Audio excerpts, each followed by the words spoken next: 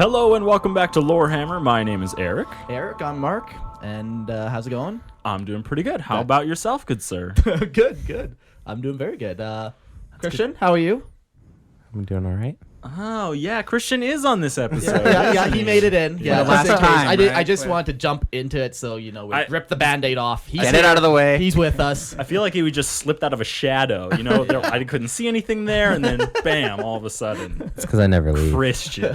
when he's needed. Yeah. And then also joining us today, someone, I feel like it's been a while Yeah. since we've had you on, but Paul, welcome back. Oh my gosh, thank you guys so much. Mm-hmm. Huge fan. Always want to be back. We're a huge fan of you, believe it or not. Really? Yeah, just even the other day, I was rummaging around in your office at work, and you had some of your miniatures out there. So I snapped a bunch of pictures. I posted them on the Discord. People love your stuff. They love you. Whoa. So we're a fan of you. What minis are those? What are you working on? Well, Eric, if you join our Discord, which coincidentally is our next point, 'Cause those you pictures too are will up. be able to see those pictures of his army. I And they can are show 10 you out of those 10. pictures. Yeah. What are you working on? Those guys I'm working on, they're kind of a I really was inspired by these it wasn't Forge World, but it was Kill Team. There was a bunch of Kill Team shoot. We're it getting escaped there. my mind. Well, It's they- coming. Kill Team Rogue Traders. Okay, yeah. So I wanted to make a Rogue Trader army because I just, it's the Imperium. I was really inspired by the Rogue Trader, so I made like this very nautical kind of deep, deep galactic, far reaches army, and it's Okay. It's every model is converted. Not a single model isn't, and it's beautiful. Like you have some That of these, sounds like Paul, for old sure. school yeah, scuba diver round helmets with like the barred face. Oh, like Big grill. Daddy. kind of Yeah, like yeah, kind of yeah. like Bioshock. Yeah, a bunch of that kind of vibe. It's so cool. That's a cool one. There's a guy in our Discord who has the Crustacean Tyranids. Okay. Yeah. You got to face the deep space aeronautica gotta whatever face models that army. versus the crabs from space. Yes.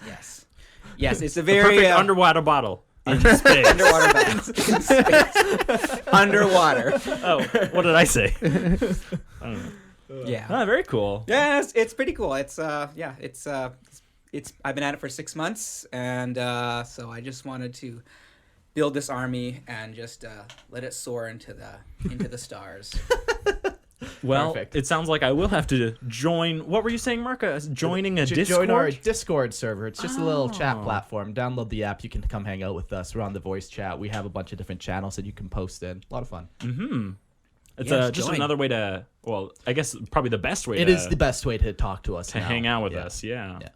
But another way kind of to support us as well is through our Patreon. Yeah. Come join our Patreon. Okay, this is going to be a long episode. We got like 7 pages of notes or something. So if you're enjoying what you're listening to, don't forget to support us on Patreon so we can continue to do this. Put your money where your Ears. time is. Yeah, with your And almost any of your appendages, put your Give money us your there. appendages. That's right. Let us borrow them. Yeah. And then, Massage them. give us money for it. Yeah. It's a service. Anyways.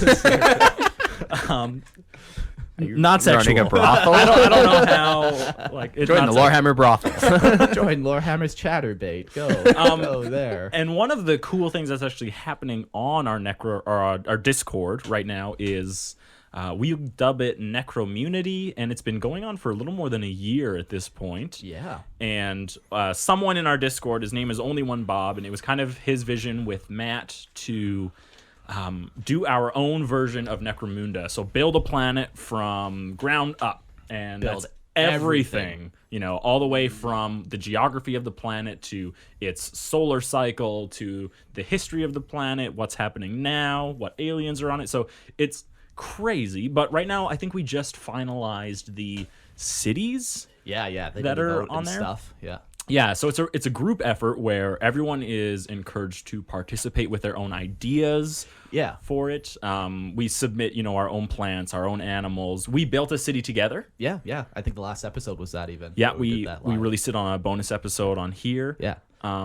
But yeah, it's just a great way to kind of flex your creative muscles with other people, which is a nice thing. No more talking to people that don't care about listening to you talk about Warhammer. You can come talk to people that actually want to talk to you about Warhammer. Yeah. So. Those lonely nights telling your cat, the background of your Space Marine army. And this Mr. Mittens is Calgar. Meow. Malgar. And that is run. If you have any questions about it, you should just message either Matt or Only One Bob. And shameless promo for Only One Bob. Him and another guy on our server, Jono, actually have their own hobby-related podcast that they call the Hobby Happy Hour. Yeah. Two very talented artists, creators, Just modelers. a lot of great tips. I've seen some of Only One Bob's like dioramas, and just there's something special about being able to just make something out of nothing. Yeah. So And you were actually on one of their episodes? yeah, I've been on one. Have you? No, I haven't. He's Well. told me he's going to get me on, and I said, yeah, at his own detriment, because not a particularly great modeler over here. So. Yeah. So if you can't get enough of us, go listen to them or go listen to me on that one, and then you can listen to everything else they have, and then you'll get bored of listening to them, or you listen to all of that they have to offer, and then you can come listen to another podcast that I'm doing. So this one is just a podcast with me and my girlfriend. Actually, it's called Pillow Talk with Mark and B. You and Eric are doing another podcast, eh? No, my girlfriend, not my boyfriend. Yeah. Oh. Yeah.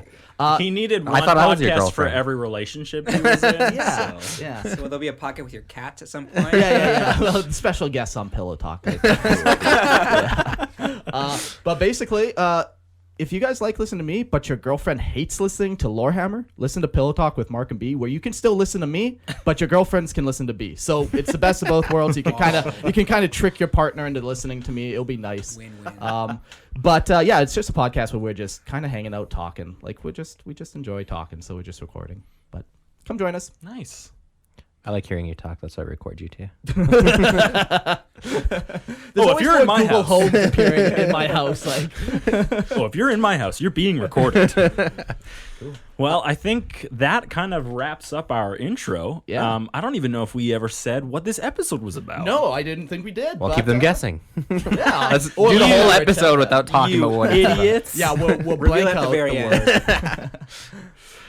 word. Today's episode is all about squats. Squats, aka Sapius rotundus. Rotundus? Yeah, that's the squat. That must be like the imperial slur. Yeah, rotundus. Rotundus. Or You High know? Gothic. I One or thought the other. squat's pretty slurful too. Well, that's what I meant. The squat must be the slur. Oh, the slur. Okay, yeah.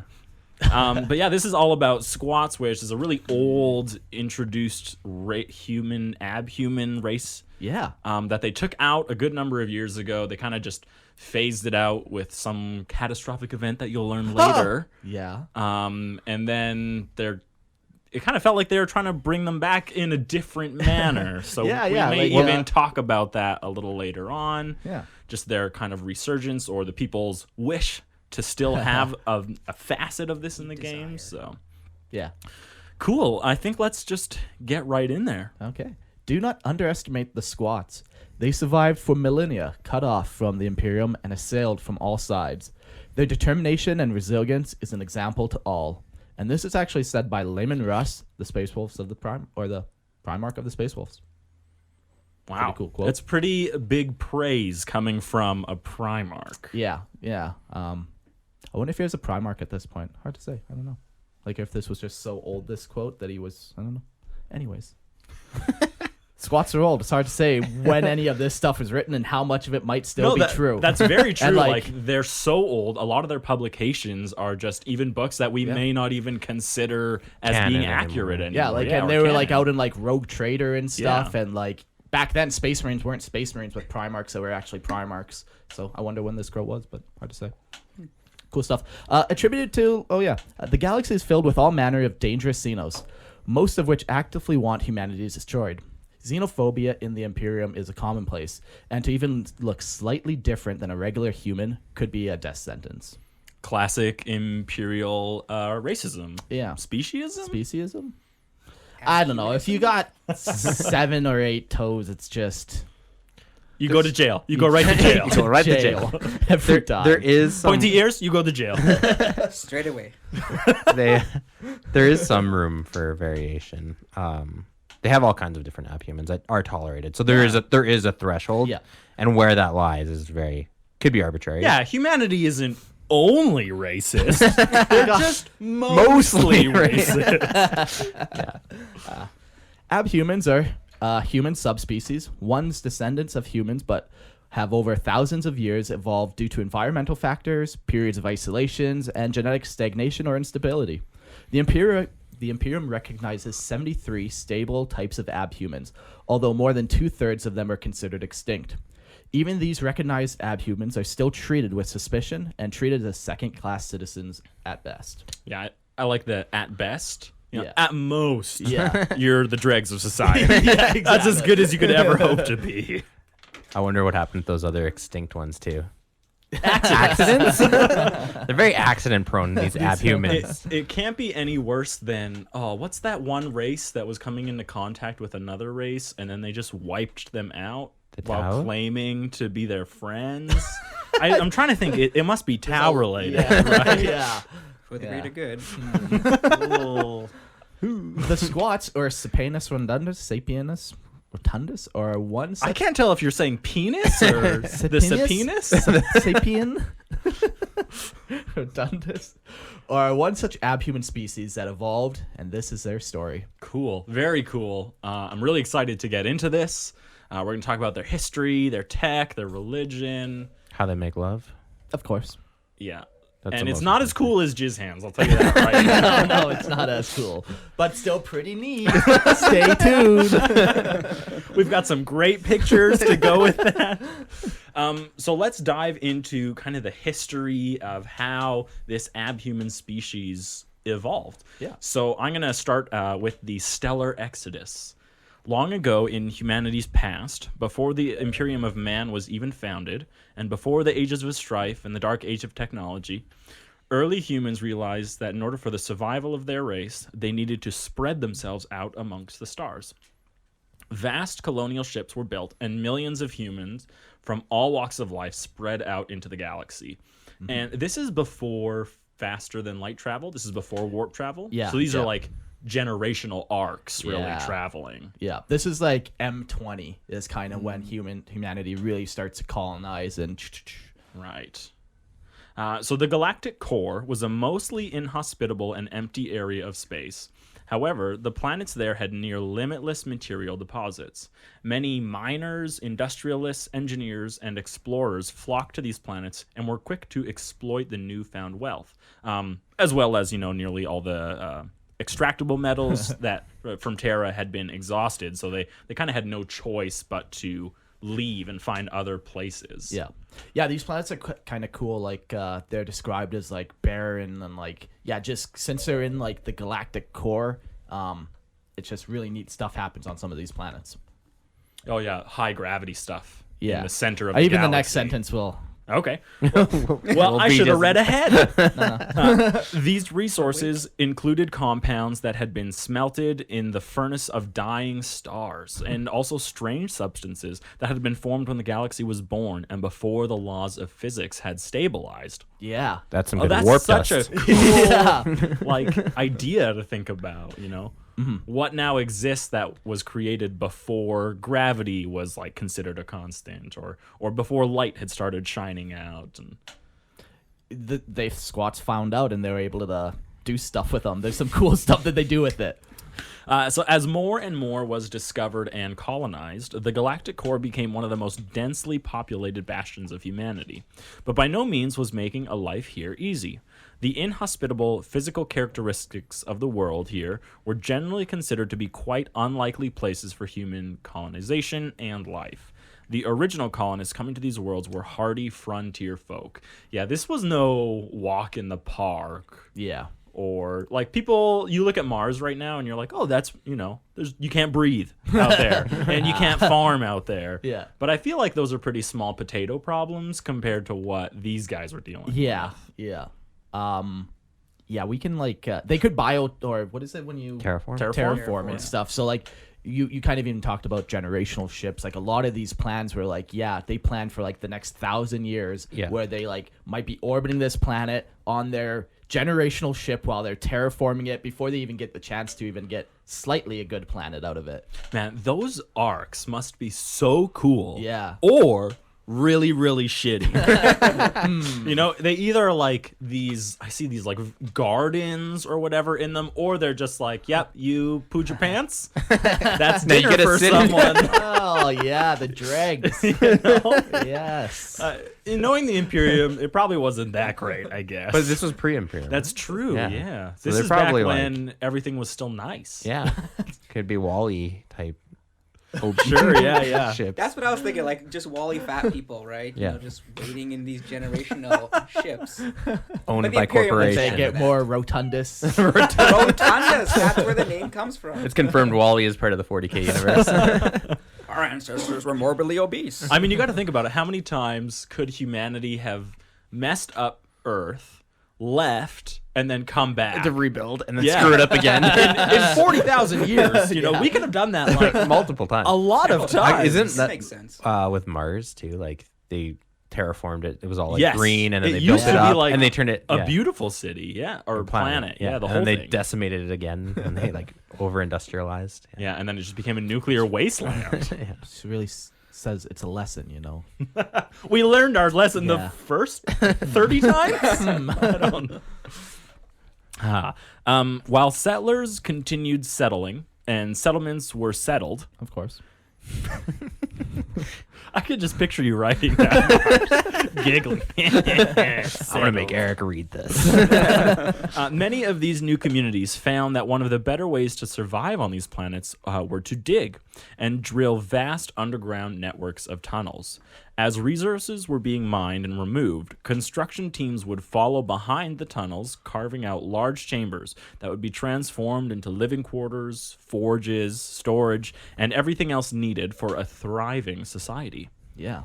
That's kind of just using what's available to you, you know? Like, Yeah. you already have these areas that are not exposed to the elements, and you're already taking them out. Might as well repurpose them. Yeah. One interesting technique used for feeding these populations were damp, artificially lit chambers that were used for growing algae.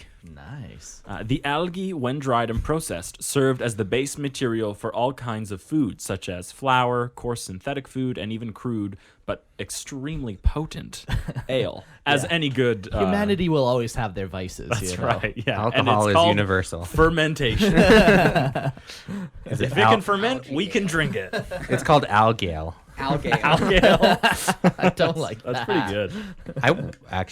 I'm seriously wondering, like, we need to start fermenting everything and just see what comes out as good. Like, Okay. I've could been be onto really into something. Discord fermentation people, lately. start sea sludge fermenting- beer. Start fermenting Mushroom. 40K miniatures. Let's see what we can get. I guarantee you, if we melt that up and snort that, something will happen. I think it's called brain dead. Something will happen. Sure, yeah, something. Paul, you got next? I got next. Birth of the Squats. Birth of the Squats. So, over the course of thousands of years, the physical appearance and genetic traits of the settlers of the galactic core rapidly changed. This was also accompanied by the development of a distinct cultural identity, and they began to develop into the abhuman race known as the Squats. Dun, dun, dun. Yeah, evolution in 40K seems to happen fairly quickly. Yeah. But I think there's... Oh, I should have just looked at the next note. God damn it. You keep doing this. Yeah. That's my own damn vault. I'll carry on. Go for it. Though these evolutionary changes have not been all natural, I was thinking about that. Maybe they were encouraged. There were those in the colonies that were experimenting and improving and encouraging themselves and kin on a genetic level, becoming far tougher, more resilient, and physically shorter to allow for denser skeletal-muscular systems to counter their environments. I like that that's included, especially because the whole like stigma against manipulating like genetic code and the technology that doesn't really exist here at this point. they don't have like the dogma of the Adeptus Yeah. Mechanicus yet, or the Mechanicum, Or even the Imperium, like humanity is perfect as is. Don't Yeah. mess, don't Right, mess with the exactly, yeah. fundamentals of genetics. whereas they're more likely to say, "Here's a problem. Here's how we can fix Yeah. it." By Genetic engineering. yeah, we can manipulate ourselves to do it. The way they sell it to like their population, it's like, okay. If we're tall, we have to build really big holes. So if you're just a little bit shorter, you don't have to work as hard. You don't have to dig as much to win. It's easier to get drunk if you're smaller. That's true. Look at all the Wow, benefits. the benefits are amazing.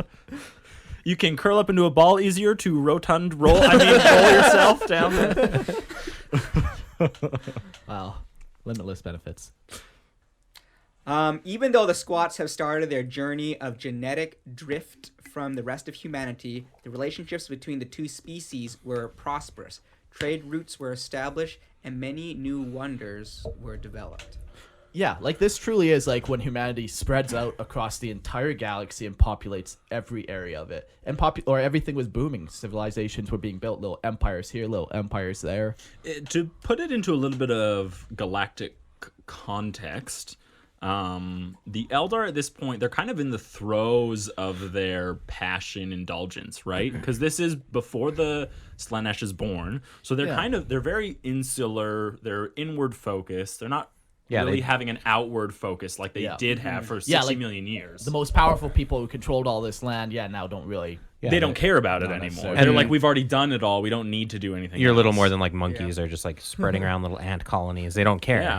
Like, what if they And- made contact with the Eldar or any of the other kind of major races at this point? I'm sure they did with a lot. Yes, but not on the scale that we'd see in the 41st millennium, but there must have been. It's kind of impossible to go as kind of vast as humanity did and not encounter them. Yeah. Also, interesting thing too is there were a lot more other alien species too. There were a lot. Pre-Great Crusade. Oh no. There's a I'm just saying. There's a crazy fact. The segmentum solar, that's the one that Terra is in. Yeah. So it's the smallest segmentum out of all 5. Yeah. But that entire segmentum, there is not a single Xenos alive in that area of the galaxy. Even humanity really done burned everything like as much as possible. So yeah, there would have been many more aliens. Yeah, and they'd be super different than what you recognize, like the base 40k alien races. Some could have been friendly, some could have been hostile. Yeah. Humanity, even the Eldar would be unrecognizable compared to what they are now. Like the Dark Eldar weren't a thing. Yeah, absolutely. All the different craft worlds didn't exist. Yeah. Well, not in the same capacity, Yeah. and neither did maybe Exodites had started to exist at this point, but I like to think orcs are still out there, just being a nuisance. But Oh yeah, orcs always be orcing. yeah, Sure. there was Orking just about. no threat for them to build big enough wogs for. You know? and maybe they were being pacified by the Eldar, just kept right. crowd controlled. Yeah. There's a lot we don't know, and even humanity, at this time, their technology was advanced. They were, if they had problems, they would engineer their way or blast their way through it. Well, yeah, and they believed that was okay to experiment and try out new things. You know, maybe exactly. even look at alien tech and say, how did they do that? Let's replicate it. Or even use it. Right. And was this before? I wonder how much taint of chaos was or how much taint has been in the human There's a lot of taint human in area. humans. If that was a big concern for them, or if they're even aware that because the Eye of Terror did not. Yeah, the Eye of Terror wasn't existed. that's this a is huge thing. this Wait a is minute, before the Eldar even birthed Slaanesh. So most of the gods were calm. When they did that, they really fucked up the whole galaxy Yeah. and opened up a bunch of warp rifts, not just the Eye Yeah, of Terror. they've been planning for it right now, Yeah. but that means they're not really being as active. I think they're trying to hide their true intentions. Yeah. And maybe even psychers had started to pop up, but it's much more rare than you would see in 30k or 40k, because it's really only after that birth of Slaanesh that psychic activity starts to ramp up. Yeah, and in even the galaxy. psychers being born into the human Yeah. populations. Yeah, it was really a time. It's a different time. Yeah, of hope and a chance at a better future. Things actually are looking good. It's an explorer's Progress. age, really. An age The of golden progress. age. Reason. Friend Hammer. Cool. But that not all good things are to last, because then came the time of isolation. So just an update on where we are in the timeline. All of this has happened many thousands of years before the creation of the Imperium. And while it's hard to point to the exact times, we can assume it's now around M25, M29, the Age of Strife, due to the increase in warp activity. Yeah. So if you guys would just read one sentence ahead, Yeah. you could answer a lot of our That's right. questions Keep that- before. I blame Eric again. Eric started the conversation.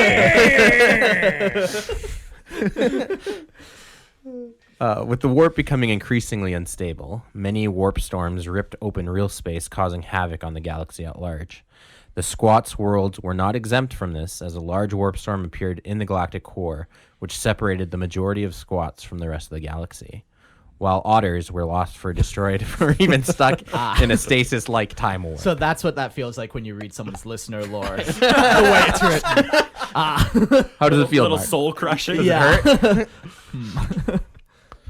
Yeah, like this is cool. Like, so all these warp storms happening, and yeah, this is when chaos starts ramping up. And I can imagine like demons are flooding through some of these warp gates, devouring planets and stuff, and humans don't really necessarily know anything about what's happening. Yeah, not only have they not engaged with this, but they don't even have the right tools to deal with Yeah. this, because the best defense against demons are psyker-like powers. Yeah. You know, your physical knife is not going to cut it. Your advanced laser tech still. Yeah, no good, exactly. While maybe a little bit, it's not enough, you know? So You need that space magic. Yeah, exactly. You got to snort You that can't- warp dust and wield those powers given to you by the warp gods, you You know? can't fight magic with science. Are you crazy? While the majority of Squat worlds survived the storm, the isolation from the rest of the galaxy was a major concern. Worlds that were still in contact with their neighboring planets began to organize for their mutual survival. It is at this point that these worlds became officially known as homeworlds, strongholds of the Squat race. Yeah, Dun, dun, dun, very dun, cool. dun, You just start making all these like alliances and Hunkering down. hunkering down, just trying to Bunkering survive. up. Yeah, you're just You trying know, to like, weather the storm, Just dig you know? deeper, Yeah. you know? Yeah. Yeah, exactly. Ooh, but Just Don't keep delve digging too deep. deeply.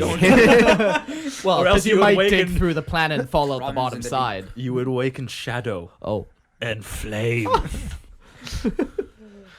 Yeah, I really like this. So just you could just picture planets like not hearing from their neighbor planet for like 100 years and be like, what the fuck? I hope they're okay, but there's literally nothing we can do. Or you get is interference, and you try and Yeah. study this interference, and you're like, shit, I think Yeah. that was like something happened to them. Yeah. Something bad. just Maybe it happened. was demons, Yeah. you know? Yeah. That's always my first guess. If Mark doesn't pick up the phone on the first time I call him, Oh no. I'm assuming demons got him. I'm already there calling the Catholic priest to come and perform exorcisms, burn down the Padre, house. please. You're a good friend. Thank you. The isolation lasted a few thousand years, and many worlds fell due to war, famine, disease, or even demonic incursions. But the ones that survived over this time grew in size and power, building their own technologies, defenses, and culture. Yeah, so it kind of like not a great way to look at it, but you kind of weeded out those who couldn't weak. survive, you Yeah. know, and then those that made it through were way better off than Yeah, they had For been. it. Yeah. Not super happy with how that works for all those other people, but End of isolation.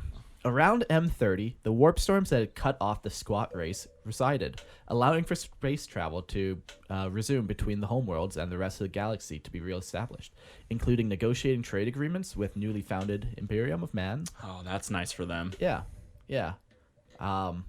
Yeah, like, so they kind of got reestablished right around the Great Crusade, like, as the Emperor was kind of going back out into the galaxy, reconnecting with all these people. Yeah.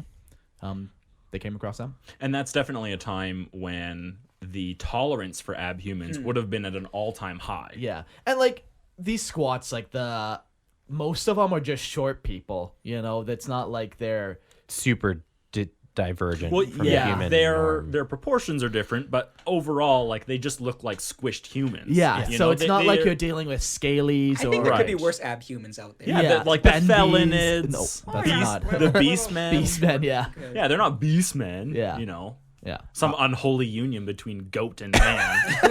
Eric knows. Or of my more uncle, than you most. know. during the Great Crusade too, just from reading Horus Heresy books, they like the Imperium even has like I forget what they're called, longshanks. Yeah. Well, that's what squats call humans, isn't it? No. There's another. So there's like an abhuman. abhuman breed that are like excessively tall and very skinny. Okay. But I'm talking like 9, It's 10, the 10 foot aircast tall. version of humanity. Yeah, and they do like a lot of like logistics and land surveying. Homo sapien elongatus. I'm glad they didn't go with erectus. You can't make that up. Something really long. Yeah, but that's fun. but yeah, so like they're even working within like the higher, like there's one that talks to Rogaldorn, so like they're high up on within the Imperium, which yeah, you're right, like you're saying, like the tolerance for abhumans, especially ones that aren't super, it's all about like how far you stray, right? Yeah. Right. Third eye in the forehead, probably not. Something that I looks like don't a know. human that's just like Yeah. That's one of the most best kept, better human, better kind of the people genetics. Yes. Best subgenetic human. That's right. That's what I was trying to say the whole time, that I was having an aneurysm. Relations between the squat homeworlds and the Imperium are mostly peaceful and cooperative in nature, especially in considering that that they share many common enemies, such as the orcs. There have, however, also been instances of not so peaceful relations, going as far as frequent bouts of war and ill feeling, as a squat character makes them prone to take offense to any slight to their honor or double dealing, especially in trade matters. Yeah, so if you go back on a trade, up that cost or whatever, that might be enough to trigger a war with them. They don't mess around when it comes to that. And then maybe it comes from just like they've been isolated for so long. Like if you go back on your trade deal, you've just fucked me and my entire planet. Fuck you, we're going to war. But Yeah, I think that it was so necessary for them to work with each other that it was a matter of, hey, look, if this deal doesn't work out, like you might be condemning an entire stronghold to death. Yeah. So what's more important and then is if that stronghold's gone, they're coming for you next type thing. But Like, yeah, and we'll talk about it a little later, but I think there is a really important reason why the squats have that feeling of it's really important that they keep good ties, and it comes back in their character. But we'll go into it later. With these new trade deals came new technology, and the Mechanicum showed great curiosity to the abhumans' bizarre tech, conducting many experiments with it. We'll get into that. We have a whole technology section about all this bizarre tech and like these unstable elements that they use. It's pretty cool. During the squats' time in isolation, the galaxy had become increasingly hostile, but the squats were ready to match it with its own empire. Yeah, like they had fully kind of solidified this empire as their own. They even throw out some numbers about how many planets they have, and it's like a lot of planets working together. I wonder if they classified it as like they are their own empire, but they're in allegiance with Almost the God like Emperor, Mars. or are they just part of the God? Are they just part of the Empire of Man? No, it's like a separate empire. They are like Yeah. we're our They're own one of separate the- empire, but we're good allies. Yeah. You know, They're one of the few that were given Tight. like a measure of autonomy That is within crazy. that alliance. Yeah. So the galaxy becomes increasingly more hostile than when they first went into isolation. Orcs have always been a plague on the galaxy, and the squats over time have developed a particular hatred for them. In the earliest days, relations were of indifference, and even sometimes limited trade was shared between orcs. Yeah, what do you trade with the orcs? I don't know, but you got a lot of teeth. This state of mutual trade did not last too long, however, and even if the squat records of what precisely happened are incomplete and confused, it is clear that the massive orc invasions unexpectedly fell upon the squats. And while the greenskin invaders would eventually be stopped in a last-ditch defense effort, several strongholds and many lives were lost to the orcs. Yeah, I mean, that's kind of inevitable with Orcs. orcs. We can see that, like we Yeah. have a little bit of hindsight and a little more context, but Yeah. for them, it could just be they Didn't know what they were getting Yeah, into. exactly. Yeah. They didn't understand. Whereas the last how- trade, it's like, if we don't do this deal, then that's it. Sure. Like, then we're hooped again. Yeah, exactly. Yeah, this is like it's out of desperation, Yep, maybe. Yep. Or maybe they just got a lot of teeth and they're like, we wanted gold. What is this? Heck got a is green drinking buddy. You know, Yeah, exactly. They thought they got along, but it turns out They would be good Grudge. drinking They buddies. would, yeah, Good that would be fight, a good rowdy brawlers, bar. good Yeah. buddies. We don't like your kind here. He doesn't like you either. The squats have never forgotten this traumatic experience, and it has become deeply ingrained into squat culture.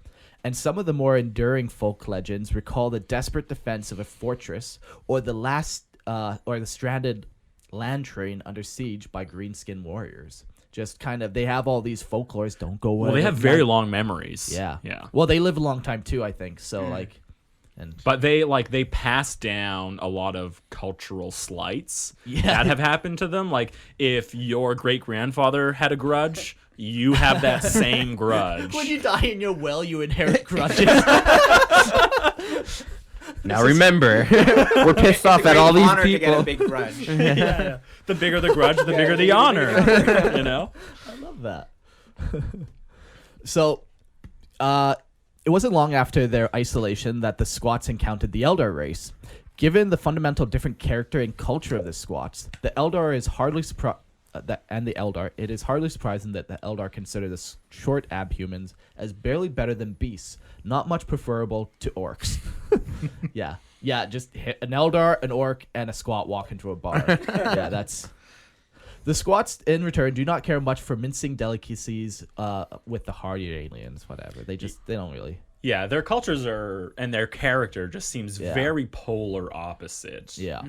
One is like about like beauty and elegance. One is just about kind of just Efficiency and reliable. Yeah, the Eldar seem to like seek to hide everything. You know, they're very careful about what they display and what they share. You know, maybe even not telling the whole truth or being extremely subtle or trying to give you subtext. Whereas the Squat is like, I'm just gonna say the words that need to be said and fuck you if you don't like it. You know. Yeah. Also, not to mention the whole fact that we're just lifting dwarves from fantasy. Yeah. That inherit all these traits. Has anyone picked up on that these are dwarves? Squats are these original. Squats. This is totally different. The difference is that you might think that there are no female dwarves Yeah. and that dwarves just spring out of holes in the ground. I did think that, yeah.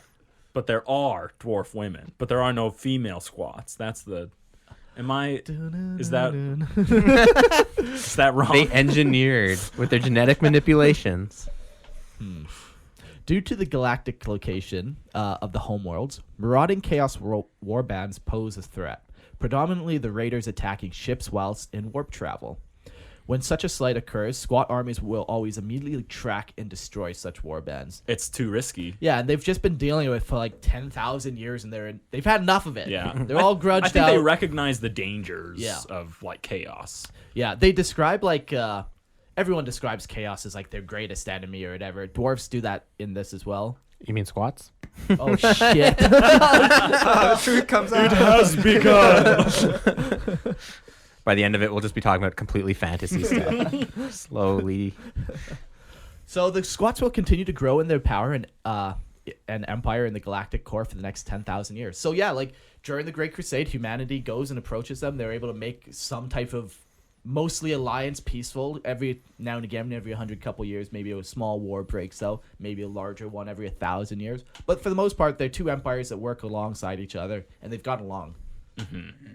Yeah, and as the Imperium does, they kind of insert themselves into every facet of life of the Squats. You know, they worm their way into their technology, into their religion, into the holidays that they celebrate. To their tithing or their tax dollars. Absolutely, yeah. So that's just classic Imperium, but it is interesting to know they are still separate. Yeah. Which is kind of cool. Yeah, very cool. Do they ever talk about like a political figurehead that's kind of like the head of the empire? Or are they just like a coalition of We'll get to strongholds? Okay. like a political section, kind of how they form Their society their breaks politics. down. Yeah. Okay. But Maybe it's if I just interesting. read ahead. But that's more than one line, so I get it. I get it. I want that conversation now. So let's talk about the fate of the Squats. In M40, the galaxy was beginning to get the first tendrils of the extragalactic threat known as the Tyranids. Many human and Xenos worlds on the rim of the galaxy were devoured, and in like an eerie, terrifying galaxy horror way. Yeah. Just silence. Yeah. You go to psychers go to tap into like where they think the other choir. psychers are, and like all you hear is screeching. Yeah, it was not a good time. Yeah. The fate of the Squats in the galactic core, sadly, was no different. No. An unknown hive fleet splinter managed to slip past the Outer Rim's defenses and drift deep into the center of the galaxy, into striking distance of the homeworlds. The squats fought valiantly, but the Tyranids' numbers were infinite, and homeworld after homeworld fell. Where once a thriving civilization, now barren husks of planet is all that remains of the squat race. With their empire gone, the squats were removed as a galactic player. However, there are still squats in the galaxy, although the race making a comeback is unlikely, if not impossible. Yeah. There's just not enough of them. Sad. But all good things come to an end. That's and true. At least they were there when they were there. We had that at least. I'll drink to that with my algale. Yeah, so why are we talking about an extinct race? I hope it comes back, but we'll get into that later. And that's pretty much their entire history, Yeah. From inception to destruction. Yeah, they're around before the Imperium. They had an empire for the same amount of time as the Imperium, essentially. Not covering the same space, No. but they controlled the area that they had very well, I think, Like we talk a lot about how humanity is the biggest galactic player, and it's true that they are in every corner of the galaxy, but it's not a united front, you know? Yeah. Whereas the squats, over the smaller territory that they had, were a very united race. Yeah. You lay siege to one stronghold, and the cousin from 4 strongholds over, now it has a grudge against you and it's coming. Absolutely. Yeah.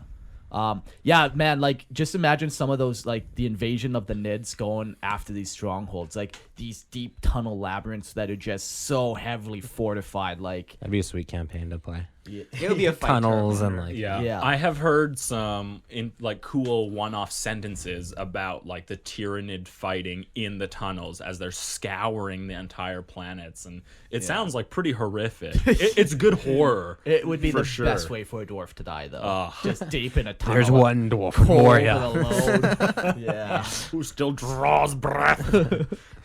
It's very much I don't know if you guys have ever heard of this game.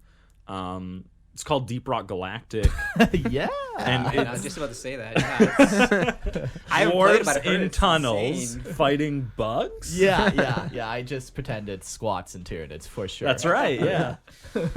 Very cool. And I think it's kind of crazy that they had all these enemies and all these grudges in history, but it's just outside force that took down this empire. Yeah, right? something that they didn't even know even existed. Yeah, it wasn't part of their story or history Yeah. or any of their long, list of grudges. It just said, hey, we're coming. Yeah. It's almost poetic. You can It's never the be. irony of the 40. I think that's the vastness of the universe. You just know. can't hate everything, Yeah. Humanity said, "Oh, for the best way for us to survive, we need to leave Terra."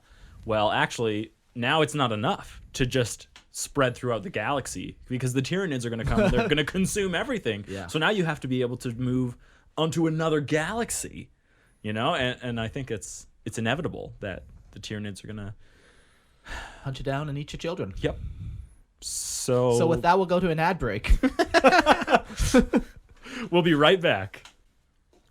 And welcome back. We just finished our entire history of the squat race, and now we have the awesome time of breaking down individual aspects of what made the squats. I thought we were going to take the next hour and just have an hour of silence for our squat boys. Oh, yeah. I actually had put that as the last thing we were going to do. Oh, okay. But you might as well be in the middle of the episode. We'll do it in the middle. It doesn't bother me. All right. Up next, we're going to talk about religion. Oh, I'm sorry. Just one for the boys. Oh, one for the boys. Oh, yes. beautiful. You pour it on my That was computer. vodka, right? No, it was algale. Okay. Someone make that actually. I've seen some preppers where they start growing like that. They have whole aquariums of algae. Yeah, but are they turning it into alcohol? Are they fermenting it? I'm sure.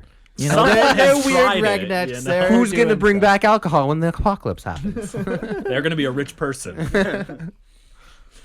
Cool. Well, the first thing we want to talk about is religion. Paul, do you want to? Yes. So the squats spent a millennia developing outside the reaches of the Imperium, and their religious views were no exception to this. They participated in a form of ancestor worship, venerating those who had come before them. Cool. So it's probably those like the grudges things, you know. They just like Yeah, there might be a spiritual element to it. spiritual element to grudges. You're born with like a word, like a weird, whatever it's called, like an ancestral curse to hate someone else, just ingrained in you. That's the genetic tampering, you know. Yeah, There's side effects. side effects. It was their belief that when they died, they would join their ancestors in honor, and their honor and deeds would be added to them. At the same time, squats had some kind of living connection to their ancestors through their naming. In this way, they would be connected to their families in life and in death. Yeah, you see that through like Grendelson. Grendelson. And Grendel's son. Grendel's son. Grendelson's son. Yeah.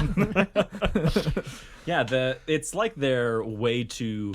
It was a way for them to keep alive their past and their heritage. Yeah. I think it was really important to them that they uphold like the honor of their family and the honor of those who came before them. Yeah, and the honors that to remember those that have died for them. Like, once again, I just always think of them trapped in isolation, and you remember that stronghold that gave their life to defend you. You know, your grandpa that gave his life to defend you. Yeah. And you just carry it on, because if you don't, Yeah, you're hooped. what meaning does that sacrifice have if you don't remember the sacrifice, you know? It has like it's almost like the counterbalance to the grudges. Like, you inherit the hate, but you also inherit honor, and to the same extent. Oh, yeah. Yes. Like, you're Grendel's son? Yeah, exactly. Like, his family Yeah. backed us up in this Yeah. fight. Like, you're welcome at our place anytime. Yeah, I've never met you before, but because of something that your ancestor did, I will treat you as As if you were such, that person, you know? even, Yeah. I wonder what happens if you fulfill your grudge. Then what do you have to live for? I was like, Nothing. Then well, you just I'm die. gonna die. You shrivel up and die. They're powered on hatred. And then they plant you Hate in is some good. stone, and you'll grow into a brand new, beautiful new squat. So the circle of life continues. Going hand in hand with this belief system, squats were concerned that they acted with glory and honor in their lifetime. Their reputations were extremely important to them, and they would go into great lengths to blot out any kind of personal or even clan disgrace. I wonder if there's any examples of, like, what kind of disgraces would be the worst. Did we read I anything? couldn't find anything in particular, but at some point we'll talk about their character, and it turns out like trade deals, that's a big deal to them. Yeah, like maybe going back on your word, Yeah. or like going back on a trade. Or Seems to be- anything. They have trust issues. They also form this, like, I think they're called leagues. Okay, yeah. Like squat leagues where it's like different strongholds and families can join up to form a league. And I think if you ever do anything against the league that you're a part of, that's also a huge deal. Yeah. Okay. Yeah. Traders aren't looked kindly. Yeah, exactly. Yeah. While the squats were unwilling to completely give up their ancestral worship, the ecclesiarchy convinced many that their ancestors' spirits were watched over by and even originated within the spirit of the god emperor. This was mainly accepted by the squats, who could then participate in many of the rituals of the ecclesiarchy. I love that. Yeah, it was not a stretch for them to believe that there was like the father spirit watching over all spirits of the squats, and you know, we all come from that father spirit and we will return to that father spirit. Yeah. Yeah. It's very cool. I like I like how the Imperium does that with every religion Yeah. that they find. I don't hear often about how they exactly explain it though. Yeah. I like that they give us details of how they were able to convince them. Yeah. Yeah, but yeah, this is how the squats are able to participate in the holidays. They can now venerate the god emperor, put him in a place of, you know, above everything, even their own ancestors. So Yeah. it was very cool. Yeah. Yeah, I'm wondering if that's kind of the same thing, correct me if I'm wrong, but isn't with the like the cult in Mars and the Omnissiah, like that's kind of how they managed to Like, Yeah, Did you like get they with kind the- of are like, the yeah, God the Emperor? Like, the emperor's Emperor the Messiah, Omnissiah. He's the great machine spirit. Like, Yeah, no matter what religion you participate in, they'll find a way to insert the emperor into it. Yeah. Or they'll kill you. I mean, 50-50. It's true. Like, I think the first intention is to find a way to Yeah, find. they're like common reading the book and ground. like, I don't know how this is gonna fit. All right, pull out the flamer. Like and you can even see how far away the ecclesiarchy is willing to move away from like the actual true picture of the emperor. Yeah, like- to fit it to what you do. Is the cult of the four-armed emperor. Now, I know that that's mainly Gene Stealer, but the fact that people were willing to participate Embrace in it, that, yeah. shows that like that's not uncommon to very change how like the actual imperial cult works. Even like this is kind of getting off topic, but kind of in the same realm. But like the Sisters of Battles came from a subcult that was very distinct, like a death cult around the emperor. And there are all kinds of death cults that are also unique in their kind of the way they venerate and the way they worship the emperor that have fused with like the mainstream imperial religion.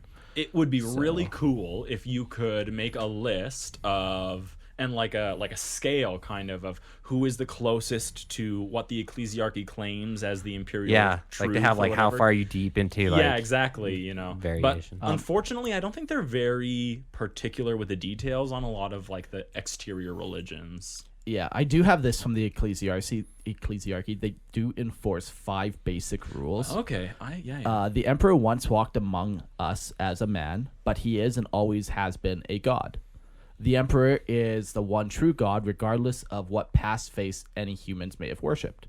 To purge the heretic, beware the psyker and mutant, and abhor the alien. That is a part of their faith. You know, sure. Every human being has a place within the emperor's divine order. To unquestionably obey the authority of the imperial government and one's superiors. So good to know that the government plays a role in their religion. unquestionably obey Yeah. is the best way to get to the emperor's right hand side. I like that the Black Templars battle cries now, they're just screaming holy text. Yeah. That's To all. purge the heretic. Yeah. That's a pretty easy religion to get behind. It's only got 5 points. Yeah, That's 5 half as tenets. many even. You can do pretty The much Ten anything Commandments. outside of that. Pretty much Yeah. anything Anything you goes. want. Anything that you can like you need to twist or like reshape, as long as you still have those, I guess you can be a part of the ecclesiarchy. That's very cool. Very inclusive of them. I love that. All right. Up next, technology. Is that me? Yeah, That is sure. you, Christian. Someone has to cue me. Q, Christian. And Go. action. Sorry, Action. where's my line? Sorry, Go. hold on. I Line. forgot. Okay, Someone technology. get the teleprompter. While the original technology of the squats was from Mars and Terra, the Age of Strife forced them to find alternative ways to repair and develop machineries. Since they were so far removed from the influence of Mars, the squats were outside of the dogma and mystique that surrounded the growth of technology and the scientific advancement, i.e. the cult mechanicus. Excellent. So they were allowed to be a little more innovative and, Yeah, they had no problem with experimenting. yeah, I'm sure there's probably a lot of trade between the Mechanicus and the squats. that's I believe what we're going to Absolutely. get into. Yeah. Over the course of thousands of years, as their technology inevitably failed, they were forced to reinvent almost all aspects of it. This included spacecraft, weaponry, and life-sustaining tech. Much of their equipment needed to be altered to withstand the harsh environments of the planets that they chose to settle, such as the exo armor. Yeah, that's like one of their most well-known pieces of tech, I think, and they just developed it out of necessity. Yeah, You know? you're going to be in like a hostile environment. You need a hostile environment suit. Yeah. Even like Terminator armor, which is known for its like being like stronger than even like regular Space Marine battle plate, like was designed for like engineering purposes first. So I even heard that there is a mark of armor, one of the most well-known used in the Great Crusade, was allegedly developed based on the exo armor of the squats. Now, it was like a throwaway line on like the wiki, so I didn't want to put it in here. Yeah, this might have been from Rogue Trader days. Yeah, like- but I loved that idea that, like, man, there's something about the squats that's still alive to this day, just in that carried through in the power armor. And they were good at it, you know? They built, like, these fully isolated systems. Yeah. In the beginning, their trade relationship with the Eldari allowed them to grow their own food, and being in such a dependent relationship with this technology must have convinced them of the value of learning and growing. So oddly enough, like when we went through that history aspect of them, I was reading a little different stuff, and I found this time, this like section of their history called the Time of Trade. Okay. And the Time of Trade, it was a little after the Time of Isolation, or it's like what led like after, or it's like what led them out of the Time of Isolation. Yeah. And that was like the majority of their trading with the Eldar and the Orcs. But I also read that, you know, the Orc quickly like deteriorated their trade relations. Yeah. But I read that their Eldar ones were actually very important in the beginning. And if they hadn't been able to trade with the Eldar, they probably wouldn't have survived. Cool. But again, really hard to source that. Sure. So. And that probably is true for a lot of homeworlds out there. It might not be true for everyone. Yeah, that's very true. Yeah, you can take it as like a planet by planet basis. Yeah, but that's cool. That's cool. Mm-hmm. By the time of the Imperium recovering the squat homeworlds, much of the technology was quite foreign to them, even beyond their own comprehension. This neoplasma reactor is one such example, which is powered by a warp core harnessed by zero energy containment field. Which is just basic grade 12 science. So. I like the fact that they call it warp core. It shows a level of understanding on the squats end of like basic warp stuff. Because like until you understand that there's an entire form of energy like waiting behind this psychic veil, then you just would never engage with it. So it shows that, you know, they had like the capability of understanding at least enough. They knew something was there, and they could harness it. And they could harness it. And they had like the materials that were allowed to even trap psychic energy. Absolutely. Or make it safe. Enhance it. Yes, make it safe, whatever. Yeah. I mean, relatively. I don't know. It sounds pretty like in how the Eldar, they don't really worry about warp cores failing or instability. Yeah, that's true. They travel well through the webway, so they're pretty safe. Yeah, but even like on the tabletop, their plasma stuff, it doesn't overheat or like kill you on ones or whatever. And from what I could read, the squats seemed very similar in that their understanding was much better than the Imperium's. Yeah. Yeah. Squats were also proficient at crafting large-scale equipment, creating massive drills and land trains capable of surviving harsh conditions and even harsher work demands. Yeah, I love this like idea of the land trains. Yeah, I'm just pulling up an of just image these of that. massive segmented pieces of vehicles moving in tandem. Okay, nice. Little bit of a side note here. In our Necromunity, someone submitted a city that is a land train. Nice. Oh, that And it's very cool. I was like reading through it, and all I could think of was, man, they better put somewhere in there that they're pretty sure it's like a lost squad land train. That they just kind of like inhabited. And, Exactly, like, yeah. colonized. Now they're taking it over, and it's like this ancient technology that they have no idea how it works or whatever. Even like the Mechanicus Tech Priests, they don't know it. And I'm getting very strong. What's that train movie? Snowpiercer. I was vibes, thinking yeah. Snowpiercer. But that'd be cool to have like a city that's moving. Yeah. So like, oh yeah, like London will be here in like 10 minutes. Interestingly enough, on the Necromunity, almost every single city that we include has to be mobile. Oh really? Yeah, none of them are stationary. So whether they are hovering or land trains, or they're floating, or they are like floating in the air or on water, it's really neat actually to see everyone's imagination. The one we came up with basically has a bunch of giant harpoon guns that just shoots them forward and then Drags It it. drags itself through the edge of the ice caps, and then it creates this slough behind it that people farm on and like that's fish cool, out yeah. of. Yeah. You guys are taking Mortal Engines to the next level. Yeah. When the first someone said like, oh, all the cities have to be mobile, all I could think of was that stupid Mortal Engine.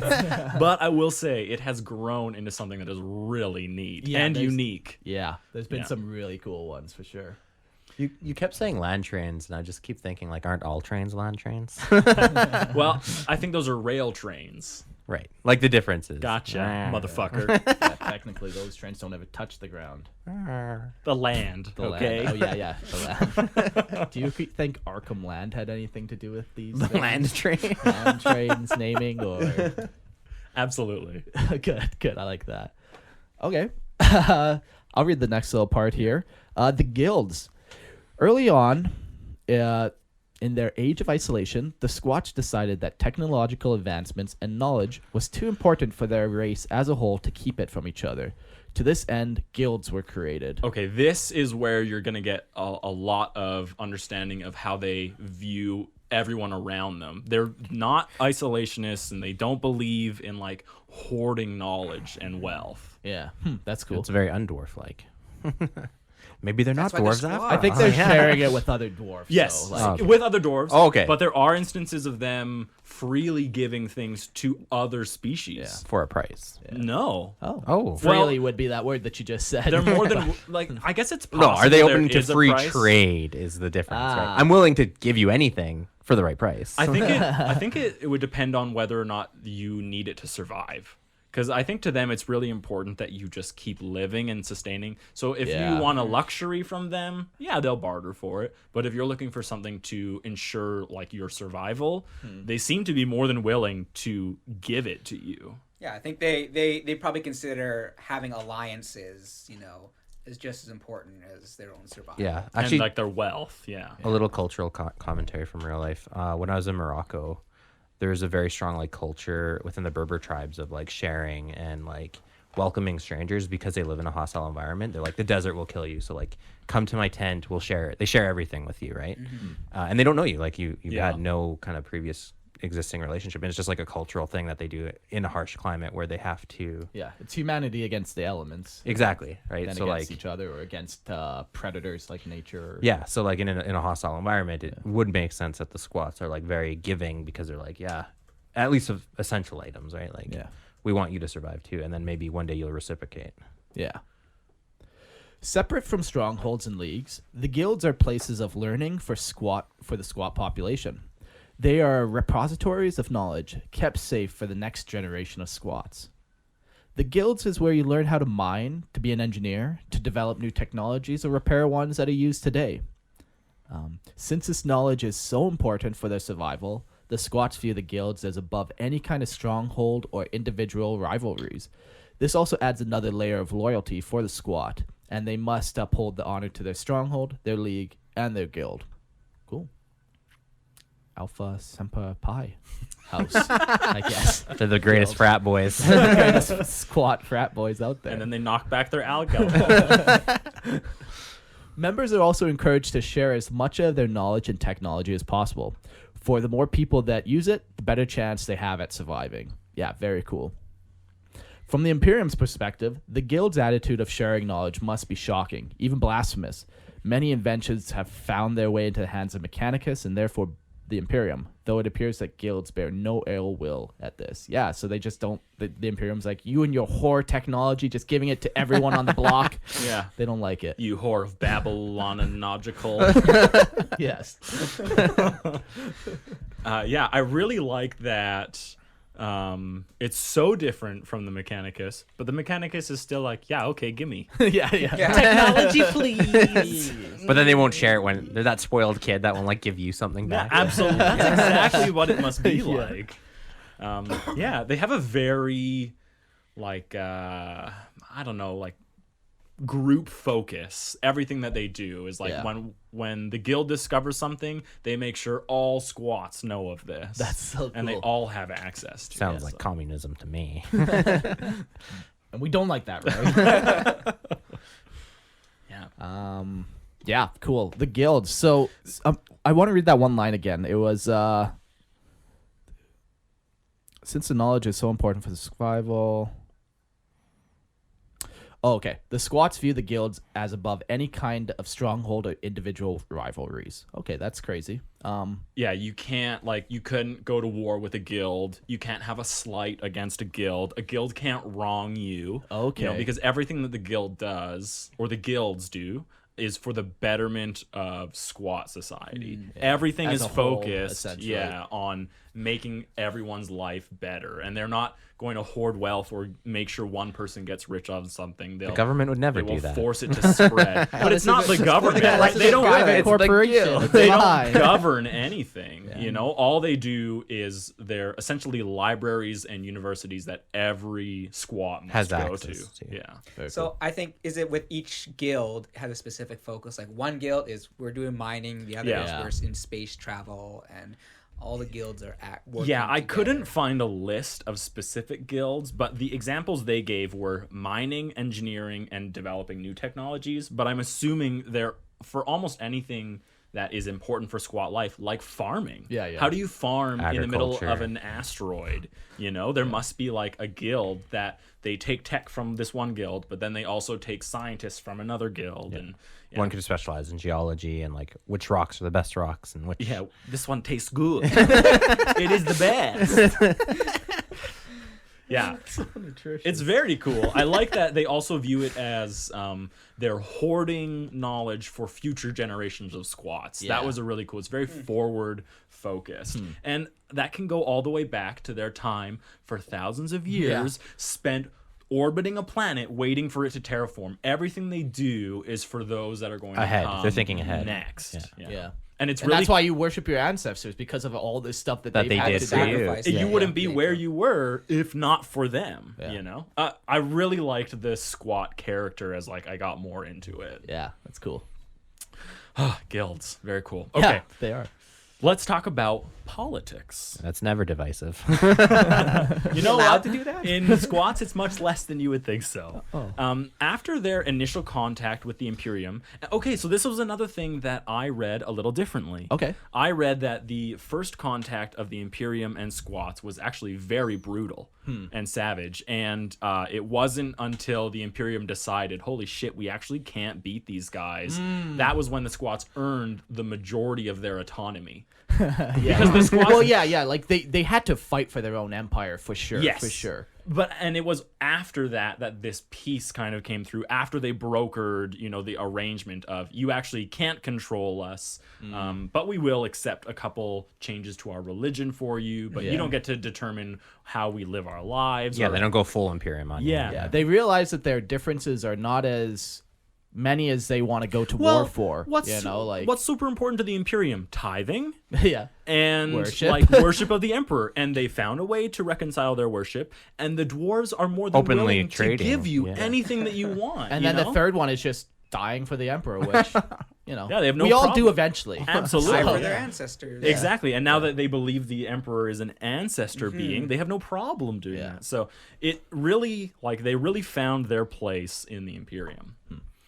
So after their initial contact That and the brutal conflict contact, that okay. happened, the Imperium gave the squat homeworlds a large amount of autonomy, while their loyalty had to first be to the Imperium and her tenets. They were content to simply milk off their relationship with the squats.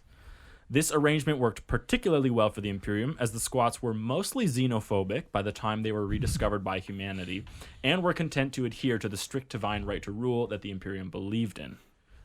But we'll even reach a little bit of that later.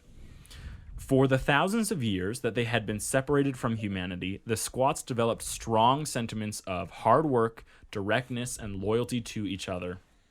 Instead of employing a single governing body, they divided themselves into strongholds, which governed the day-to-day workings of the mines and the families that, made up these strongholds. Yeah, so it's just that's like a city, essentially a stronghold. Yeah, but I think a stronghold can even potentially big enough to cover a planet. Okay. But I do believe for the most part, a stronghold was a single compound city type area. Yeah, because when the strong. Yeah. Or maybe you couldn't even actually see it. It's a stronghold underground, right? Just one little Yeah, hatch. just like Yeah. little tiny hatch, 3 feet, or however, Little spinny It's like vent. one- Yeah. 15 kilometers underground. just a Yeah. big undercity. And now, so they don't really have any governing body higher than a stronghold until you get to these things called leagues. So within squat society, there was very little power above the stronghold until you would join into a league. And these are groupings of strongholds that would band together for, any reason that you would have an alliance. Yeah. Trade alliances, project ventures. If you're like, hey, we need to mine this particularly hard rock. Yeah, you have a lot of that. We have a lot of Exactly. this. Yeah. Sure. We'll combine our resources so we can do it. Corporate merger. Yeah. And then also Business. councils and defensive pacts, or to deal with particular orc threats or wogs or xenos problems. I did mention it here, the xenophobia of the squats. After the time of trade, where they were burned by the squats, and then even their relations with the elders dropped out, they really didn't care for any races other than humanity. Yeah. They found their kind, essentially. The League Council would be made up of the lords of each stronghold, though there would still be a single stronghold regarded as the leader of the league. There was no set number of how many strongholds should be in a single league, and so they varied extremely in size. And the smallest had only 4 strongholds, with the largest exceeded 3,000 strongholds in a single league. Cool. So they're like, this is in like the height of squat power, where this 3,000 strong league, like that's a lot of squat bodies. Well, one interesting thing too about the squat's height, like it's not like the Imperium where it's like they basically are founded, they got like 100 good years, maybe, and then it goes to shit and it slowly degrades for the next 10,000. Like the Squat Empire, it stays good for the long time, then it just gets wiped out. And then it was drastically over. Just there was no, No slow, long, slow decline. decline, It was It's tragic, Out with a really. bang. While strongholds each had their own fighting force called brotherhoods, those within a league would collectively form the military might. And those leagues with numerous strongholds could command massive armies. So in every stronghold, I'm assuming there must be a guild of combat, that would teach you how to like fight Tactics. and would Fighters, like gear you up, And so your own stronghold had your brotherhood, and then you would join other brotherhoods from your same league to form like a standing army. cool. So, and then obviously some leagues would just have larger brotherhoods than others, so they could command real armies in like this space age time, which is really neat. Yeah. It's just the massive land trains, like with these rank and file brotherhoods moving beside them. And I want to make a squad army now. I know. Yeah, you And the do. more you So talk cool. about it. like each stronghold you can make so characterful. Ooh. Yep. Let's do it, Mark. You and me. Let's start a brotherhood. Okay. All right, back to more on their politics. While initially squats were open to trading with any species that had the ability to do so, over the years their trading with the Xenos races slowly receded. As they experienced more betrayals at the hands of the Orcs and the Eldar, both of whom had previously been steadfast trading partners, their famous ability to hold grudges soon overtook their desire to trade with them. By the time the Imperium found them during the Great Crusade, the squats' views of the Xenos races as a whole aligned completely with the Imperium. So just throws back to the fact that they've been burned too many times, and they found someone who at least was willing to treat them with the respect they felt they deserved. Yeah. I wonder if the Squat Empire survived, if it would only be a matter of time before they were betrayed by the Imperium, or felt betrayed, or had enough. Yeah, that's true. Grudges, You slip it up, right? and it's like, And oh, now then you've made an enemy there's for a life. whole another civil war in the galaxy. A clerical error that fucks up a trade deal might be enough to send the entire Squat Empire against the Imperium, Yeah. Dang it! Now I wish that had happened. It's just an error. You know what though? Like, people listening aren't reading the lore. We could just make that up. Pretend that's what I'm happened. just gonna log into Ignore that Lexicanum too. right Go now. back. Yeah, they didn't get devoured by Squats are squats. real. It's this great, huge civil war. There was I'm a editing the massive Lexicanum genocide page. that happened. And then although the squats have mostly disappeared from the galaxy, there are still 1 or 2 strongholds left. These last holdouts of squat society most likely seceded from imperial rule during the age's apostasy in M36, though if any true bastions of squat life are intact after their destruction at the claws of the Tyranids is unknown. So Yeah. basically extinct. I liked the thought that many had left during the Age of Apostasy, actually. Did they say why specifically that age? I guess it was couldn't just like find- that would be the time to do it. Like it's a huge civil war. Who's Massive turmoil. turmoil. Who's gonna notice? You know, maybe they felt like they were spurned and their trade deals did start to break down. The Imperium was busy fighting this holy war within itself, you know? So they were too busy to deal with agreements that they had with the squats for thousands of Long-standing years. agreements are like, hey, you just screwed us. Like, what the Yeah. heck? And then maybe they just like, started joining different sides and they just slowly got assimilated into imperial culture, and then this genetic trait of being a squat just got, Yeah. Kind of. weaned out of them. Absolutely. That's another thing that might have happened. You know, there's so many potential reasons why they could have disappeared over 10,000 years, you know? Lots of reasons. Cool. Well, that's kind of their politics. It's really simple and it's not like very strong. It feels like it's more important to them this guild and then the leagues, but they seem to give a lot of autonomy even to the strongholds themselves. Like you're mining, you have your own duties. You know what you need, what your colony or your stronghold Yeah. needs. You're going to uphold your stronghold's honor, and we can trust that you won't try to fuck over anyone else because it's so important to you to have this honor. So. Yeah. It's very cool. Very cool. Paul? Let's talk about the anatomy, the physiology, and psychic attunement of the squats. I just want to know how big their dongs are. Mass. Stay tuned. That's the whole reason I just came up to this episode. Is I need to know. Land trains. Oh my god. Oh my god. They're gonna Squats run are a known for their train on land you. trains. Okay, squats are often remarked as being the closest related to their human ancestors of all abhumans. Even though their average height is 4 feet tall, they share almost all other physical traits of humanity. There are many other abhumans that are further away from humanity's stock, such as the felinids, the beastmen, those scalies, those ratmen. Honestly, like cetera, et cetera. the more abhumans that you think of, squats are closer to humans than almost all those other abhumans. Ogrins. Yeah, Ogrins.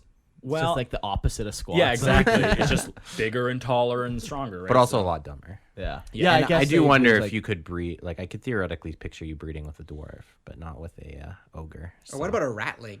They're even smaller, right? Yeah, those are more like hobbits, Yeah. but gross. Just rat. That's racist, Eric. They have stocky, thick build, which only helps them make their short height more noticeable. This combination of height of girth Height to girth. That's a good ratio to know. is a box. ratio. It's round, rotundus. Yeah. The height to girth has served them well, and the power they can generate is many times more than most would assume from their stature. Yeah, they're uncharacteristically strong for how they look. Like I think it's like a squat is many times more strong than an average human. It's almost like a chimpanzee. Like, chimpanzees aren't that big, but they have a lot of muscle power. Oh yeah. Yeah, and rip you limb from even limb. part of like that genetic mutation that they initially went through was designed to make them stockier, sturdier, and stronger. Yeah. Yeah, crazy. Another of the more noticeable effects of their genetic drifting, squat hair is extremely fast growing and strong. Most of them have some course. form of facial hair, which may range from mustaches, sideburns, to pointed beards, to massive beards that spill over their ample belly. That was a little bit of editorializing there. I felt like I was Bilbo Baggins writing concerning dwarves. Their beards spill over their ample bellies. I could just picture the scientists like, okay, so we need them shorter and hairier. Can you do that? Oh yeah, boss, I got that. This is mission Hairier. essential. Hairier, you said, right? I think it's funny that their hair grows super fast too. Like imagine like if a squat was like taken prisoner and then just hair is just left unchecked, like the entire cell is just full of nothing but hair. They turn into the Thing or whatever. Yeah, from the Addams Family. Yeah, I think so. Yeah. It's not unheard of for squats to live to 300 Terran years old, with the older ones even far surpassing that number. One of the more drastic side effects of this long life is that many older squats begin to develop psychic powers as they age, with powers and abilities that grew as the squat did. That's crazy. really cool. That I never is knew one of that. the coolest things. That is so cool. Their psychic ability is tied to their age. Okay. That is so neat. Yeah, so like the older guys are even that much more valuable because they're the only ones who can do it. And Honoring elders like, and ancestors. It's going to get even crazier, and they're going to Okay. get even more important. Man, I loved seeing this. It's very cool. Yeah, that is crazy. Yeah, let's talk about Ancestor Lords. Yeah, do it. Okay. A particularly ancient squat would at some point earn the title of Ancestor Lord, and their powers were potent indeed as their minds attuned more and more to the warp. The Ancestor Lords were so revered that they would move through the league with impunity, as their wisdom and knowledge was awed by all squats. So an Ancestor Lord is kind of like revered above their stronghold. Yeah. You know, like they no longer they are so important as like a cultural figurehead that they are kind of above the rivalries and petty grudges that might stop you from engaging with them otherwise because they're from this specific stronghold that wronged you, you know. But Ancestor Lords are just always given respect and honor. Yeah, those Ancestor Lords. I like to think that they'd probably be like the master librarian, you know, an equivalent to tabletop. Sure. They just really squat though. Just shrunk down a little bit. These Ancestor Lords were not feeble, doddering squats, but powerful, stony figures with wonderful beards, and spent hundreds of years growing. Eric's editorializing again. I just had some good images. Concerning Ancestor Lords. So you have an Ancestor Lord, and then you have like a train of 8 to 12 other squats just holding his beard behind him. That giant robe. And the length of their beard was definitely seen as like a measure of their respect. You know, the better the beard and the longer the beard, the more important you're supposed to be. It's like real life, yeah. Yeah, absolutely. And I think like during a battle, you know, when he's fighting, like the energy is just actually like shooting out from his beard, not from the staff. The beard right, is or the his head. focal point. The beard is the focal point of the psychic energy. That's why it's important that they're strong and they grow fast, because they're dealing with warp energies, you know? They're all Sizzles just off. little They antennae. always smell like burnt hair. yeah. One thing in that line, but powerful stony figures. It's They're not actually metaphorical. stone. Yes. There are some talks, like some of the genetic drift or some of the experiments were actually hardening of the skin, but it wasn't like they're made of rocks. But Right. The stony is supposed to be a metaphorical understanding of who they were. They're set in their ways. They know so much. It's like they're old as stone. They're as immovable as mountain. They are as strong as rock, you know? if stubborn. you want, What's that? And stubborn. And stubborn, yes. They probably are very stubborn. if you want some real stony dwarves, though, go check out the Demiurg. Now that's where you get the real stony boys. They could commune with the spirits of their. They could commune with the spirits of their long dead ancestors, and these ancestors would warp around the ancestor. Okay, so these are their psychic powers, Yes, right? yes, we're jumping into our Okay. psychic powers. Yes. So yeah, one of them is communicating with their long dead ancestors, and these ancestors would warp around the Ancestor Lord, forming a barrier within the warp to protect them from its hostilities. Okay, so not only are these dwarves like living legends, but now they can actually communicate with your ancestors. So you worship your ancestors, and now you have an actual living being who is able to communicate with your ancestors. So if the emperor is considered I know, I their was thinking the same ancestor, thing. would they be able to communicate with the emperor? My guess is probably not. And He the never picks up his ecclesiarchy, phone. the ecclesiarchy probably says like he's above the mundane communication Interactions, that you might want. But also like in any kind of engagement with the warp is really dangerous. And for most people, like 9 out of 10 people, it results in your insanity and death. That's nice. But the way these guys get around it is their ancestors would actually form a barrier around them, and they're able to tap into the warp and enter it, like communicate, draw energy from it. Cool. But without any of the danger because of these ancestors. Crazy.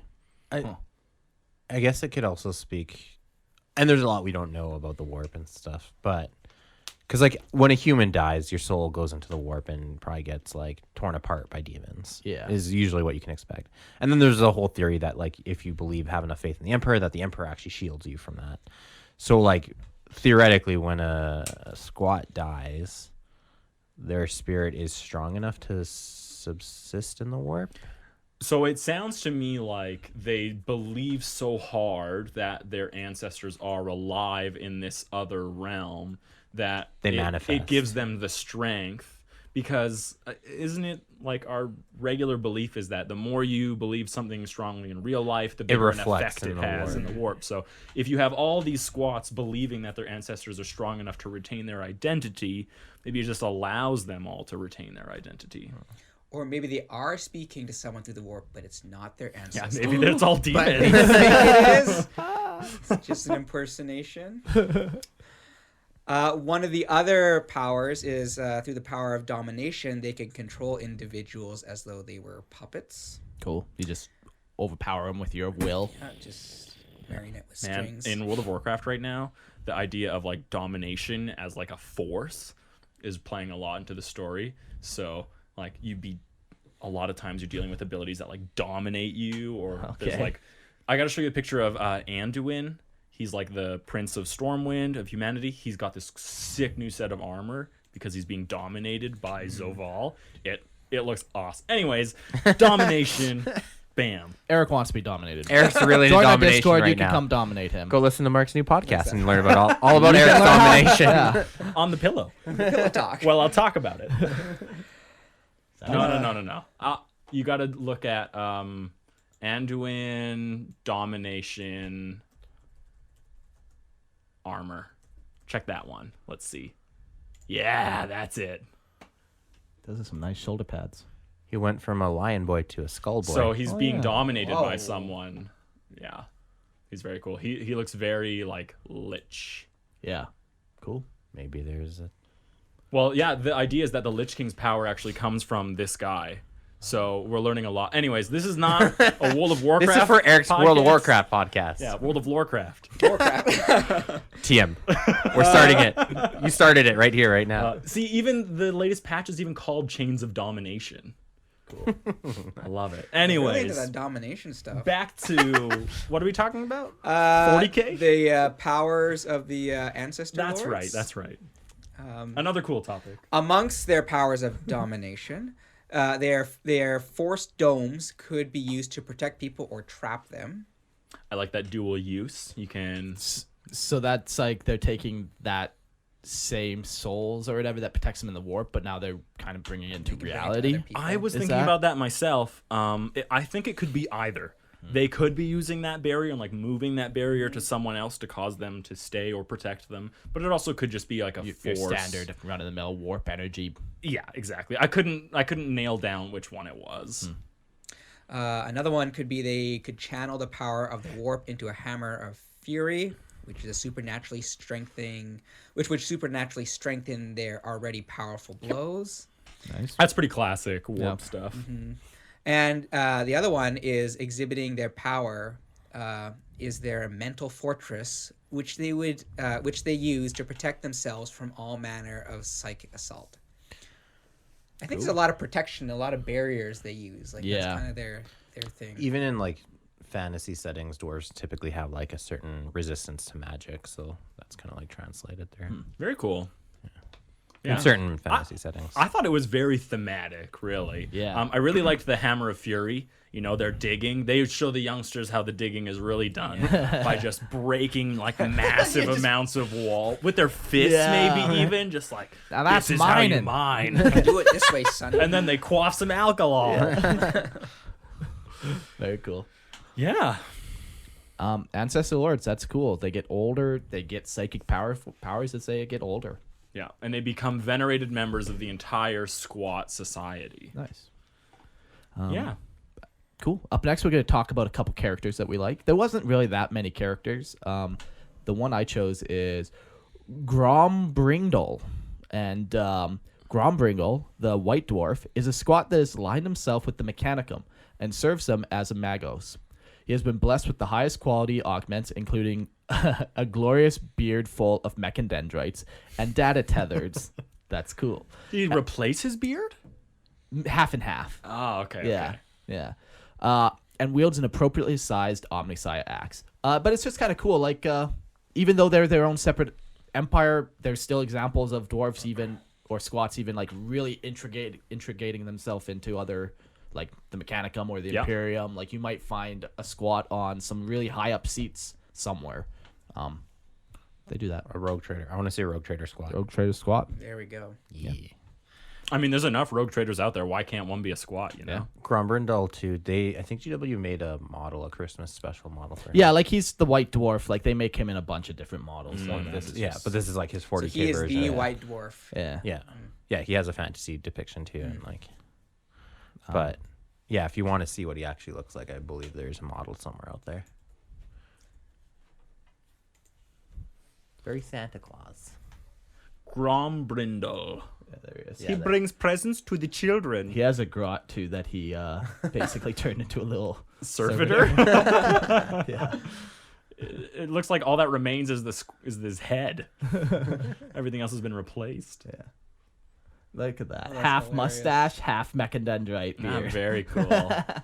I just can imagine it all tinkling when he walks. Like, all the metal Oh yeah. clacking together. Very Doc Where'd I Ock put like, that data too. tether having to reach in there? Yeah. And my guy was... Oh, sorry. Are you done, Marcus? That was all. Okay. My guy was Grendel Grendelson. You might recognize him from Necromunda. He's like the latest in This guy, right? Yeah, he's like the latest, I think, in squat model that has come out. No? No, there's one other guy from Necromunda who's like a ammo. Yeah, Jack. Okay. Is this a kill team or is this It's Necromunda. Yeah. And so he actually was part of a squat like banner company, and he was the banner Jarl in the Vega Rams mercenary company. He came to Necromunda as part of the honor guard for a rogue trader, Constant Garrett. And, you know, classic, going through some kind of fighting or whatever. There was like, what do they call nukes? Nuclear weapons? I feel like they call them something atomic like weapons or whatever. Okay. So like some atomic weapon was like detonated close to him and someone else, and then he actually used the empty position. Oh, is that the new guy? Yeah. Ah, okay. Does he have a name? Yeah, he does. I forget what it's called. Yeah. But Ragnar Ragnar Gunstein. Gunstein. Yeah, so like there was an atomic charge that someone planted near his protection detail, and you know a lot of good men were lost that day. But it opened up the way for Grendel Grendelson to be get some promotions, and now he's actually a sanctioned bounty hunter and is willing to give his services for anyone who is paying. And so Necromunda apparently right now is very profitable. Cool. For So Grendel that's- Grendelson. That's where he's hanging out. He's got this sweet fucking like. Oh, that's not him, but that other guy has a sweet arm, bionic arm. Oh, the Ragnar Gunstein. Yeah. Gunstein. Yeah, and a nice hair mohawk. Good beard too. Great beard. Very cool. Yeah, those are the two characters we found. There's a couple others, but they literally just had like one line type. I'm gonna be right back. Okay. Should we continue on? Keep going. And in fact, maybe do Patreons. Okay. Well, that's the weirdest thing that's ever happened to us while recording. Eric just walked out. He's not coming back. You know that, Okay, right? well, we're going to get into our Tales of Warp, but I guess I'm just going to read out Patreon supporters while we wait for Eric to get back in. So thank you, everyone who has supported us this last round or whatever. We really appreciate the support. $1 a month goes a long way, so go check that out on Patreon. You can watch us live on video. Not live, but you can watch on video. So I'm going to read some names. Cammy, Ryan, Abel, Diggery-Doo Doom Rider, Effigilu. These albino broccoli, that's kind of a word. Carpelli Kellogg, Ogden, Vatlock, Sandu, Euro, Selas the Whisperer, Mark the Space Wolf, Balassi, Drew, Primarch Daka, Ellie, Racken, Bruce, Lucius Jr. I can't read any of your names. This is Eric's job. Aiden as well. Sean. We also had Spicy Panda. Daniel Thomas. Sam. We got another Thomas. And Cole. So thank you all so much for supporting our Patreon. It really does help a lot. And yeah, go check it out. It's cool. Whatever.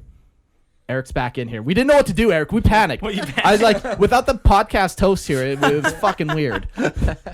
Started going on a tangent about Yeah. who knows what. Okay. Sounds like you made it though. So. We made it. Yeah, that was perfect. So let's get into the Tales of the Warp. Okay. Do we want to go over? Yeah, we'll go over this first, I guess. I was able to create some lore that I want to share with you guys. My lore is called, it's for squats. It's called the Iridium Rock. And I'm just going to read this. So this is your own squat company, Stronghold? Yeah, this is like a squat kill team that I wrote the lore for. You'll get the kind of vibe of it as we go through. Excellent. So I wrote this as like kind of like a pamphlet that, you know, you'd see posted on the Underhive. It's supposed to be like this like An advert. a poster type thing. So you see this big font and it says, "What is the Iridium Rock? Greetings, and glad to see that you have an interest in acquiring a job in the criminal justice and correction systems. Here at the Iridium Rock, we believe in preserving the rulings of the law by keeping the squat's most dangerous criminals contained and away from decent society. The Rock is a marvel of squat ingenuity and engineering, capable of housing 500 staff and 10,000 prisoners. Attached warp-capable engines to a hollowed-out asteroid composed of 99% iridium, our prison is state-of-the-art. The Keep is the staff half of the complex, which includes living quarters, dining halls with stout on tap, algae stout of course, exercise and training rooms, and an armory, while those convicted are secure in the dungeon, the detention half of the complex. Our role is to uphold the court and to make sure that each life sentence is carried out. Our task may be lengthy and arduous, but justice never sleeps." History. The Rock's history isn't as long as the task before us. Being founded in late M41, only a decade before the devastating extinction of the squat homeworlds, even with our race scattered, justice must be served. Without the resources lost with the homeworlds, our duty has become more challenging. Now, in order to fund the Rock, management has determined that mineral acquisition and exchanging is the best course of actions to make ends meet. The galaxy is a big place, and thankfully a warp-capable Space Hulk allows us to search far and wide for the rarest resources. Prisoners are selected to accompany a small team of Iridium Guard. The Iridium Guard will protect and watch the prisoners as they labor away at their task of digging and mining. The Iridium Guard. Our officers, the Iridium Guard, are equipped with all the necessary tools needed to accomplish their job, from heavy-duty power armor to protect themselves from harm, as well as deadly weaponry needed to prevent more dangerous riots from occurring. After 1-year training program, you will be efficient in all manner of prisoner management, self-defense, and aggressive action skills needed not only to survive, but thrive on the Rock. Requirements. A physical and mental aptitude test. Must respond well under high stress. Must be ready and able to kill. Benefits: room and board, danger pay, full health benefit. Unique lifestyle and experience. Contribute to the good of society. Prisoners. Never forget that the prisoners are not your friends or even co-workers. They are the most dangerous criminals, and never turn your back on them. Even the prisoners, or stoners as they that are willing to go on mining expeditions, are waiting for the opportunity to turn on you and escape. While on the Rock, the prisoners are kept in one of 4 wings, cramped hallways lined with cells, branching out in all directions. With gravity modulators, any attempt at escape will easily be crushed. You will also be happy to know that only one prisoner has ever escaped, tunneling out of his cell and into the cold void of space. He did not survive. And then there's a little asterisk for danger pay. Danger pay is for extremely unsafe and occasional deadly workplace situations, including alcohol poisoning, riots, prison escapes, raiders, unsafe environmental factors, and firefights, etc. Alcohol poisoning is the first one listed. It's a tough gig, man. Yeah, and that's the lore for like my kill team that I did. Basically, yeah, it's just a couple prisoners and prison guards that go out and go mining. But the whole thing is like, these dwarves, some of them are serving like 300-year-long life sentences, and they're like, we're gonna make sure you serve this out. We're gonna do whatever it takes. So right now they're recruiting more guards because, they're looking for people to help bring justice. So the court system that set all these sentences, does that still exist? No, like that would have been destroyed with the destruction of the homeworld. They would put all like these, So this is 10,500 like people were put on this rock. this is like their honor in keeping this the grudge. agreement going that they had Even made. after the death of the they're people like, that you know did what? it. They won't even know if we decide not to do it, but it's our duty to like honor this agreement. Yep. Very cool. It was fun naming some of the weapons and just coming up with kind of how the weapons would make sense for guards to have. Like you don't have a prison guard with a rocket launcher, but I was able to like kind of give my prison guards like high-powered taser spears, or like the grenade launchers are kind of deadly, but Well, you can put like Different rounds in beanbags it, in yeah. them exactly for they're versatile. You Yeah. can put your gas, or you could put your riot buster rounds in, which are actually killers. Okay. Yeah. Prisoners don't have a lot of rights. Well, not these ones, Yeah, definitely. and like all of them, they carry like little power gavels into a battle with them, and there's all A those symbol kind of little- justice. Yeah, Hammers. Hammers of Fury. yeah, Very cool. yeah. So that's kind of the lore that I was kind of working on. Now you have played a couple games with these guys, right? I feel like I watched you play games with against James, and he was doing his Death Guard or something. Yeah, I've played a couple. Yeah, I run these guys as Death Guard. Right. But yeah, they've been fun to play. Like I have some Terminators that are like, I use Mantic Miniatures models. They're I forget what they're called. They're Forge Fathers. Forge Fathers. Yeah, and they have a bunch of great The Space kinda- Dwarves. Yeah, great. Yeah, they have a Space great Dwarves. range. They even have some new ones. I'm looking at them right now, and they have some new ones that have come out. Oh, nice. Now I'm Are like, you gonna buy them? yeah. Well, now after this episode, I'm like, well, I gotta buy something. Yeah. I'll post the pictures of this kill team on our Discord if you want to go check it out. But yeah, that's the lore. It's just pretty simple. It's just a bunch of dwarves making sure that they fulfill their duty of making sure these people serve their life sentence. What a cool way to show people that even for a race that is extinct and doesn't exist, you can still find a place for them in 40K. Yeah. It doesn't have to be this huge, 10,000 strong settlement that's, just this A ship small, of boys or a ship of small boys prison. that have a very specific objective, and after all these prisoners serve their life sentence, the Iridium Rock will disband. Like they're not taking on new prisoners. Right, because there's no court There's system no anymore. court system to do it. but they're finishing what they had started. Yep. Yeah. So how many prisoners are actually in there right now? Ooh, casualties have been high. Mark's got a little like list. On the mining exercises. Yeah. Once you hit so many games, you have to like actually not play with them anymore because you're done. Yeah. Just destroy the models. 10,000 deaths in kill team. Wow. We'll get there. That's the goal. But Prisoner reform. it is cool that that you can. I lost my train of thought completely. Just fell It off. is cool, though. I agree. Now let's go around the table and critique it. Joke's on you. This is a listener lore, and Mark is now. The Cool. Okay, so we got some other Tales of the Warp questions here, and there's even some Discord questions we'll get to. Are you happy with what happened with the squads? Do we want to go around the table? Do you like that they got squatted? I hate that that's a term. Yeah. That it's like a term for things Games Workshop tries to get rid of. So previously to this episode, I would have said I don't care. Sure. But now that I feel much more invested in what it is to be a squat, You like, see some of the themes that come I through. miss this. Yeah. This should have been a thing. Like, how cool would this have been to like played on the table top? Yeah. That would have been awesome to see. It's like they're still human, so you don't have to be a filthy Xenos player, Which is nice, yeah. But they're not really like an integrated part of the Imperium, so you can have a little more freedom that way, or you don't have to feel like you're not playing stuck this with dogmatic, yeah. religious, zealous organization. You can focus on other things. So Like your glorious beard growing. absolutely, The important things of life. yeah. Yeah, just imagine all like the sweet models that GW could make out of this. Yeah, even just seeing It- these guys, Yeah, I think it's cool that like the Squat Empire got demolished, but like if they like if there was a revival, right, of just a resurgence but it wouldn't just be squats. It'd be like all kind of the other low lifes of the Empire, like rogue traders, or He just wants to make Komarapa Imperium. or like Necromuto. Mark but is not- like in or an army. Paul in is an not army allowed. sense. I have He's just no looking idea. for ways to I convert think it'd be cool. It'd be all cool the to models. bring a squat army back on the field. Yeah.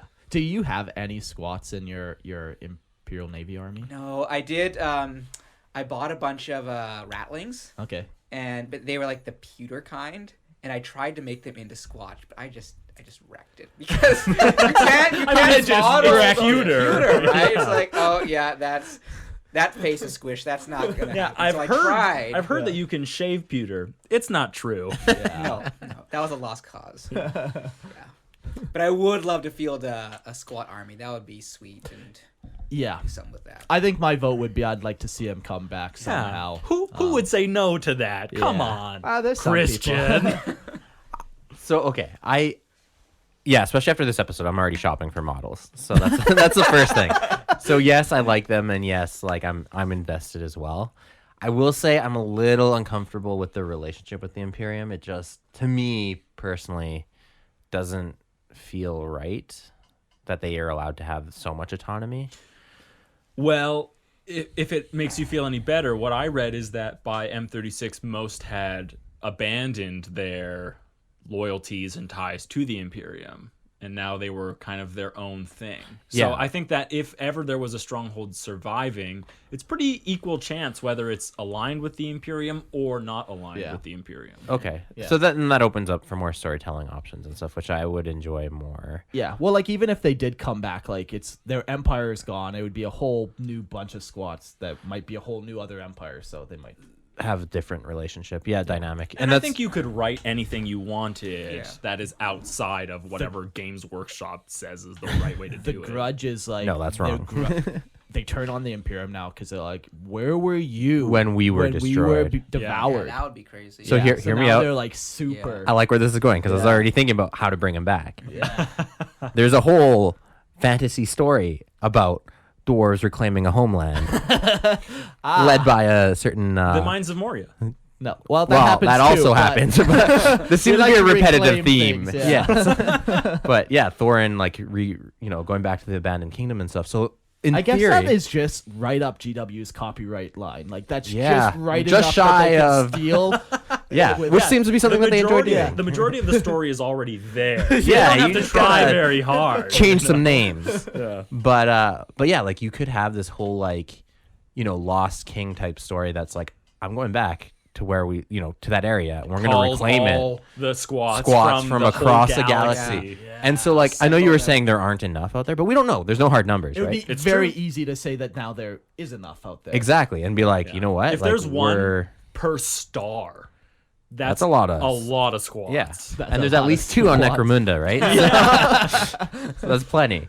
So yeah, you could have a whole like, and that could be its own narrative, like, which is super cool. It's like the rebuilding and like the return Yeah. and like, yeah, there's so much. There's a you could whole do. narrative there. Yeah, and then like you said, I love that. Like, oh, and now we're pissed. Like we're Yeah. pissed at the Empire for leaving us hanging. So Yeah, they're coming back with a vengeance. that's cool. I could see it. It's very Squats 40K. 2, 40K Boogaloo. Unfortunately, they're not big enough to be a threat to the Imperium. Is that a short joke, Eric? Is that a Tau joke? It's all of it. I don't know. All right. Question: how many squats does it take to slap an elder in the face, like stacked on top of each other's shoulders? 2. 2. Would an elder Next die- question. Would an elder die side by side with a squat as friends? What about side by? Ah, shit. You got me. Depends when they bring a box. Insert You'll have to many toss other me. Lord of the Rings stuff. This is a good question. Why did DW axe them, and why are they better with the Demiurg? I don't work for GW. We don't know, but from what I've There's a lot read of and from what I've speculation. heard, it sounds like GW just when they originally had them, they weren't happy with the direction. Like they felt too much like dwarves. yeah, in and they space. were talking how they just couldn't give it a 40K unique spin, so they just kind of put it to the side. Which I don't know. And then you have Necron that are space Egyptians. So who knows? Yeah. Well, they've completely changed that, right? Because they're not that anymore. So I don't know. I read this and I get 40K Yeah. out of this, and it is very different. But like, how can you say that the Tau is 40K? and like their bright hope for the future and their like desire to do good, and then you look at these guys and you're like, no, they're too good maybe to be 40K because they care about each other. I don't know. There's a place in 40K for everything. Yeah. So Yeah, it's too bad that they got axed, but Yeah, and like you said, like to just confirm, like from what I read and from people who like, and this is like internet rumors, right? Like Yeah. who knows whoever posting this, Yeah. but claims that they used to work for GW back then, and that's exactly it. Like they just couldn't find a way to mesh what the They just weren't squats were inspired. becoming. Yeah, sounds like they You know, just sounds like they didn't have me on the writing staff. Yeah, it sounds like for real. Thor, Oak, and Shield. I mean, Borin, Wood, Metal Shield. broken shields. Who had better technology, the Imperium or the Squats? I think we talked about that. The Squats had kind of a better overall technology. They're more willing to Yeah. work with it. I think it was safer. I think it was more They capable. had a better understanding and a better embrace of technology. Yeah. Whereas the Imperium is just based on fear, right? The squads are Dogma. like, oh, we understand. We know how this works, so we don't need to fear it. We just share it. What is the difference between Squats and Rattlings? We'll just start with the fantasy comparison. You got Hobbits, which are Rattlings, Squats, with the Dwarves. So Rattlings in 40K, they're just another type of abhuman that are short Hobbit-like folk. Hairy feet. Yeah, they've never had their own empire or anything, but yeah, that's kind of the difference. Squats are dwarves, Rattlings are hobbits. Well, I'll be on the Rattling episode. I'll tell you that. You I refuse to do a rattling. Is there enough information for a rattling? You were on episode? the only Rattling episode when we did We that did the abhuman abhuman. one, like Yeah. like years ago. I'm just wondering, yeah, if they're like, are rattlings maybe a subdivision of squats? I think rattlings That could be developed too in meta. ships. They come Yeah, from I'm not too like sure. It's been a while since ship's we've done the hulls and their- that Are you Gross. thinking of rat men and not rattlings? very He's just thinking of possible. rats. Yeah. dumb rats. Yeah, like they're their own little. They're called the Homo sapien minimus. Any smaller and you don't exist. Oh my gosh. Yeah. Okay. I'm just pulling up the next question here. Did the Imperium accept or revile the Squats? I think we kind of answered that. Was the Emperor really 3 squats in a trench coat with excellent PR? The rumors are true.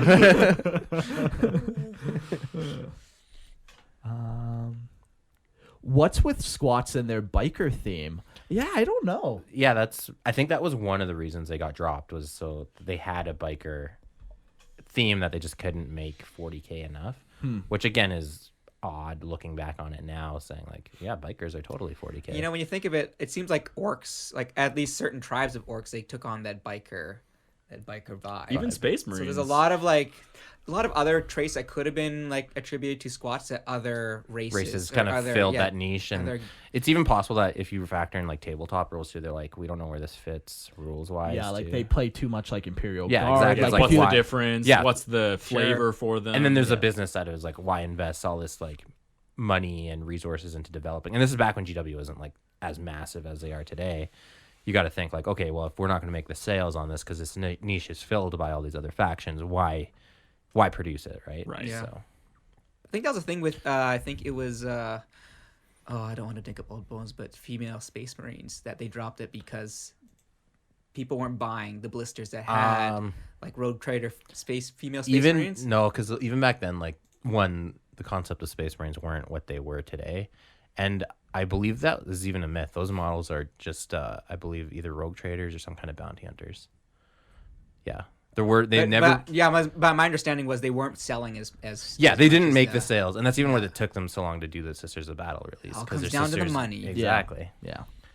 But well, that's all the questions we kind of had that were worth reading. I got a discussion. Someone was asking about your nothing.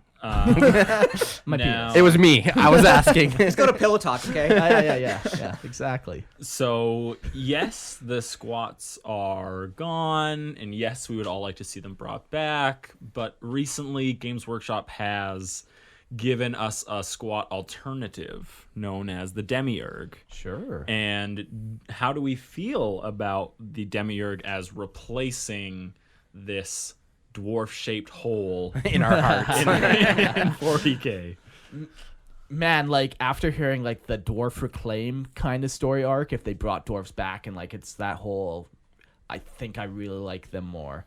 But like that doesn't exist, so I like Demiurg Hey, more. it exists in our hearts. It exists in our hearts. So for sure. a big difference between the squat and the Demiurg is the Demiurg are probably aligned with the Tau. Yeah, they are definitely kind of like a mercenary race with the Tau. But another thing that's cool about them, they're actually a Xenos race, and they're Not humans at all. they're not humans at all. And I do actually like that too. Yeah. And I like that they look visually distinct. They don't look Yeah. like just short, fat humans. They're like Yeah, and the Demiurg, they're like made of stone, like living stone almost. They don't really describe them that way, but they that's, look it. That's what the art looks like. yeah. I don't like that for the record, but It's not like they're actually living rocks, but well, you don't know that. They didn't clarify. We only have a picture to go off of. Good point. Good point. But I think I like them more. I think I like the Demiurg better. They just You like the Demiurg better than the squats. yeah. Is that specifically because they aren't human? Yeah, they're just a little more alien feeling, a little more just not stereotypical Space dwarves. space dwarves, you know. Yeah. Yeah. Like all the stuff that we talked about was sweet, but it was 100% literally just you could change sci-fi for fantasy and the story would be the exact same story. Like Yeah, that's not wrong. Yeah. Like, and I guess that flavor can taste the same, you know? So it's not like anything new because Yeah. you move from one IP to the next and you're like, yep, these are the elves, these are the humans, these are the dwarves. Like, Yeah. how many comparisons did we even make about rattlings and hobbits? Yeah. You know? So I get that. It's nice to have a different flavor in your mouth. yeah. And something that is just a little further away from like the source material Sure. of just one more Lifting. Yeah. Yeah.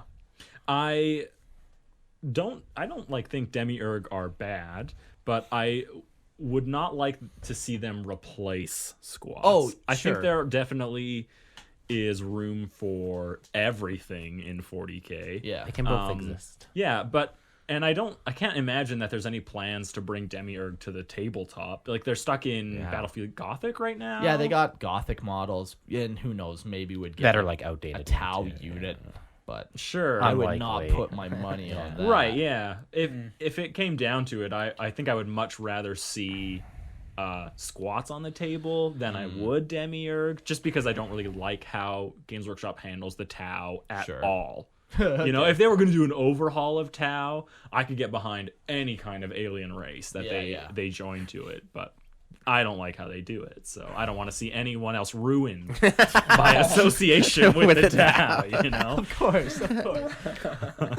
Yeah.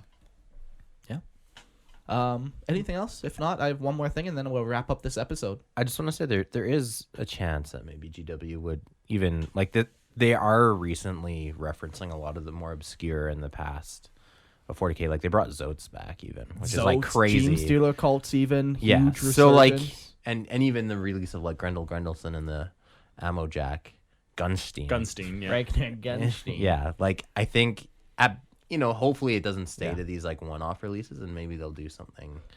Like Maybe. I like to be optimistic. No, I agree that I would rather not them just be one-off pieces. I just have no faith. See, they did leave a back door open for them to like. Yeah, if they want pursue to, the they squad. could. Yeah. Like, there's enough lore. Yeah, there's they're enough, like, hey, they exist again. background. Because even for a while, Maybe it was they're just debated trying whether to they update even like the copyright on it and say like, hey, we still are doing this and we still own this. Yeah. So. it might Yeah. just be feeler models, like they put these. True. out, see how the much sales they are. sell. they sell. Everyone go to Forge World right now. Like 50 Send them of a these guys. message. Either way, GW is like very aware of their like relation with the squat. Like for a while there, they were posting memes about squats on their like videos and stuff. I mean, like even in they're- their articles, they talk about getting squatted. yeah, getting swatted. Like next person who mentions squats has to wait another year to get them. Or something. Like they're very aware that Yeah. their thing out there. Yeah, and people like at There's least a a portion of demand. people that Yeah. are asking about them. So. Yeah, so just maybe testing the waters. Who knows? Maybe we will eventually see some stuff. But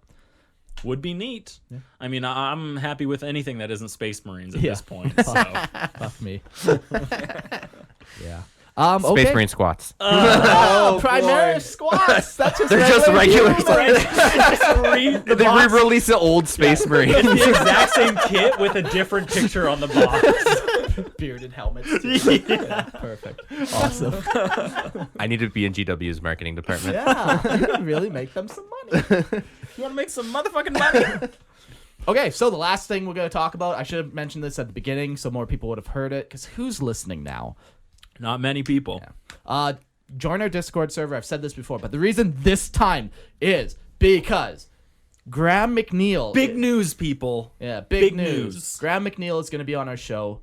We're going to ask him some questions submitted by you guys. So if you want to be able to submit your question to one of the 3 best 40K authors out there, go submit some questions on our Discord channel. We are looking to have him on our 100th episode, which sounds like an absolutely awesome way to celebrate our 100th episode is with Graham McNeil. Like, that's so crazy. Yeah.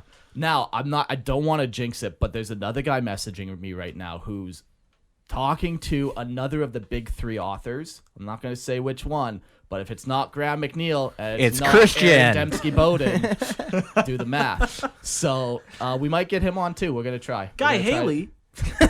That's bottom 10. At least. That's, Matt Ward? I don't know. If Matt that guy's Ward. ranked. Top 1, yeah. Dan Abnett, there. But who knows? Yeah, I mean, Like, if you guys flood his emails, just like if you keep flooding Henry Cavill's emails, We're gonna get Henry he Cavill will get on on here. the show. Absolutely. Like, this is the first step of our domination, getting Graham McNeely. aboard. domination. Like the Eric's in it for the armor chains of class. domination. Shall we call this the sanctum of domination? I don't. Yeah. Okay. Can we set up like a thing to tie people and whip them? Excellent. So Graham McNeil, you get to look forward to coming to our studio and getting tied and whipped. I'm sure that's what he's into. Yeah. Like, he wouldn't have agreed if he. He did write the Fulgrim book, so Yeah, very cool. I'm super excited. Go submit your questions. That was an episode. Squats, man. I loved it. That was an awesome episode. Yeah. Well, thank you, Christian, for joining us. Unfortunately, it is your last episode, but it was a good one to end on, I think. yeah, I'm gonna get squatted now. Yeah. Womp. Womp. Paul, thank you for joining us. Always a pleasure. We'll have to have you on more often now that your hair is long again, so we can stand to look at you. His timer is reset, so you'll be on the next like 100. Yeah, that's right. The cycle has begun again. And I guess any ideas of what's going to be our 96th episode, Mark? People are yelling at me about Tau Force Sphere. Oh my god. Shoot me now. But it'll be a Xenos. It'll be either Tau, Orc, Necron, or Tyranid. So a lot of options out there. A lot of little. Just message me. Tell me what you want. Go on our Discord and in the episode discussion, tell us what you want to hear. It's got to be Xenos, apparently. Yeah. I don't care if you want to hear about Imperial Force. I don't fucking care. It's not happening. Go listen to another podcast. Fuck you. Eventually it'll happen. Maybe a 100 episode. That's how you get him to stay. Black Templars are coming out. You have to. We already We just did a no, Black but you Templar. got to do another one. No, I'm out. End this podcast right now. I'm out. Well, thank you guys for joining us today. Thank you to our listeners for listening to us. And I guess we'll see you all on our next episode. Yeah, thanks a lot. Join our Patreon. Thank you.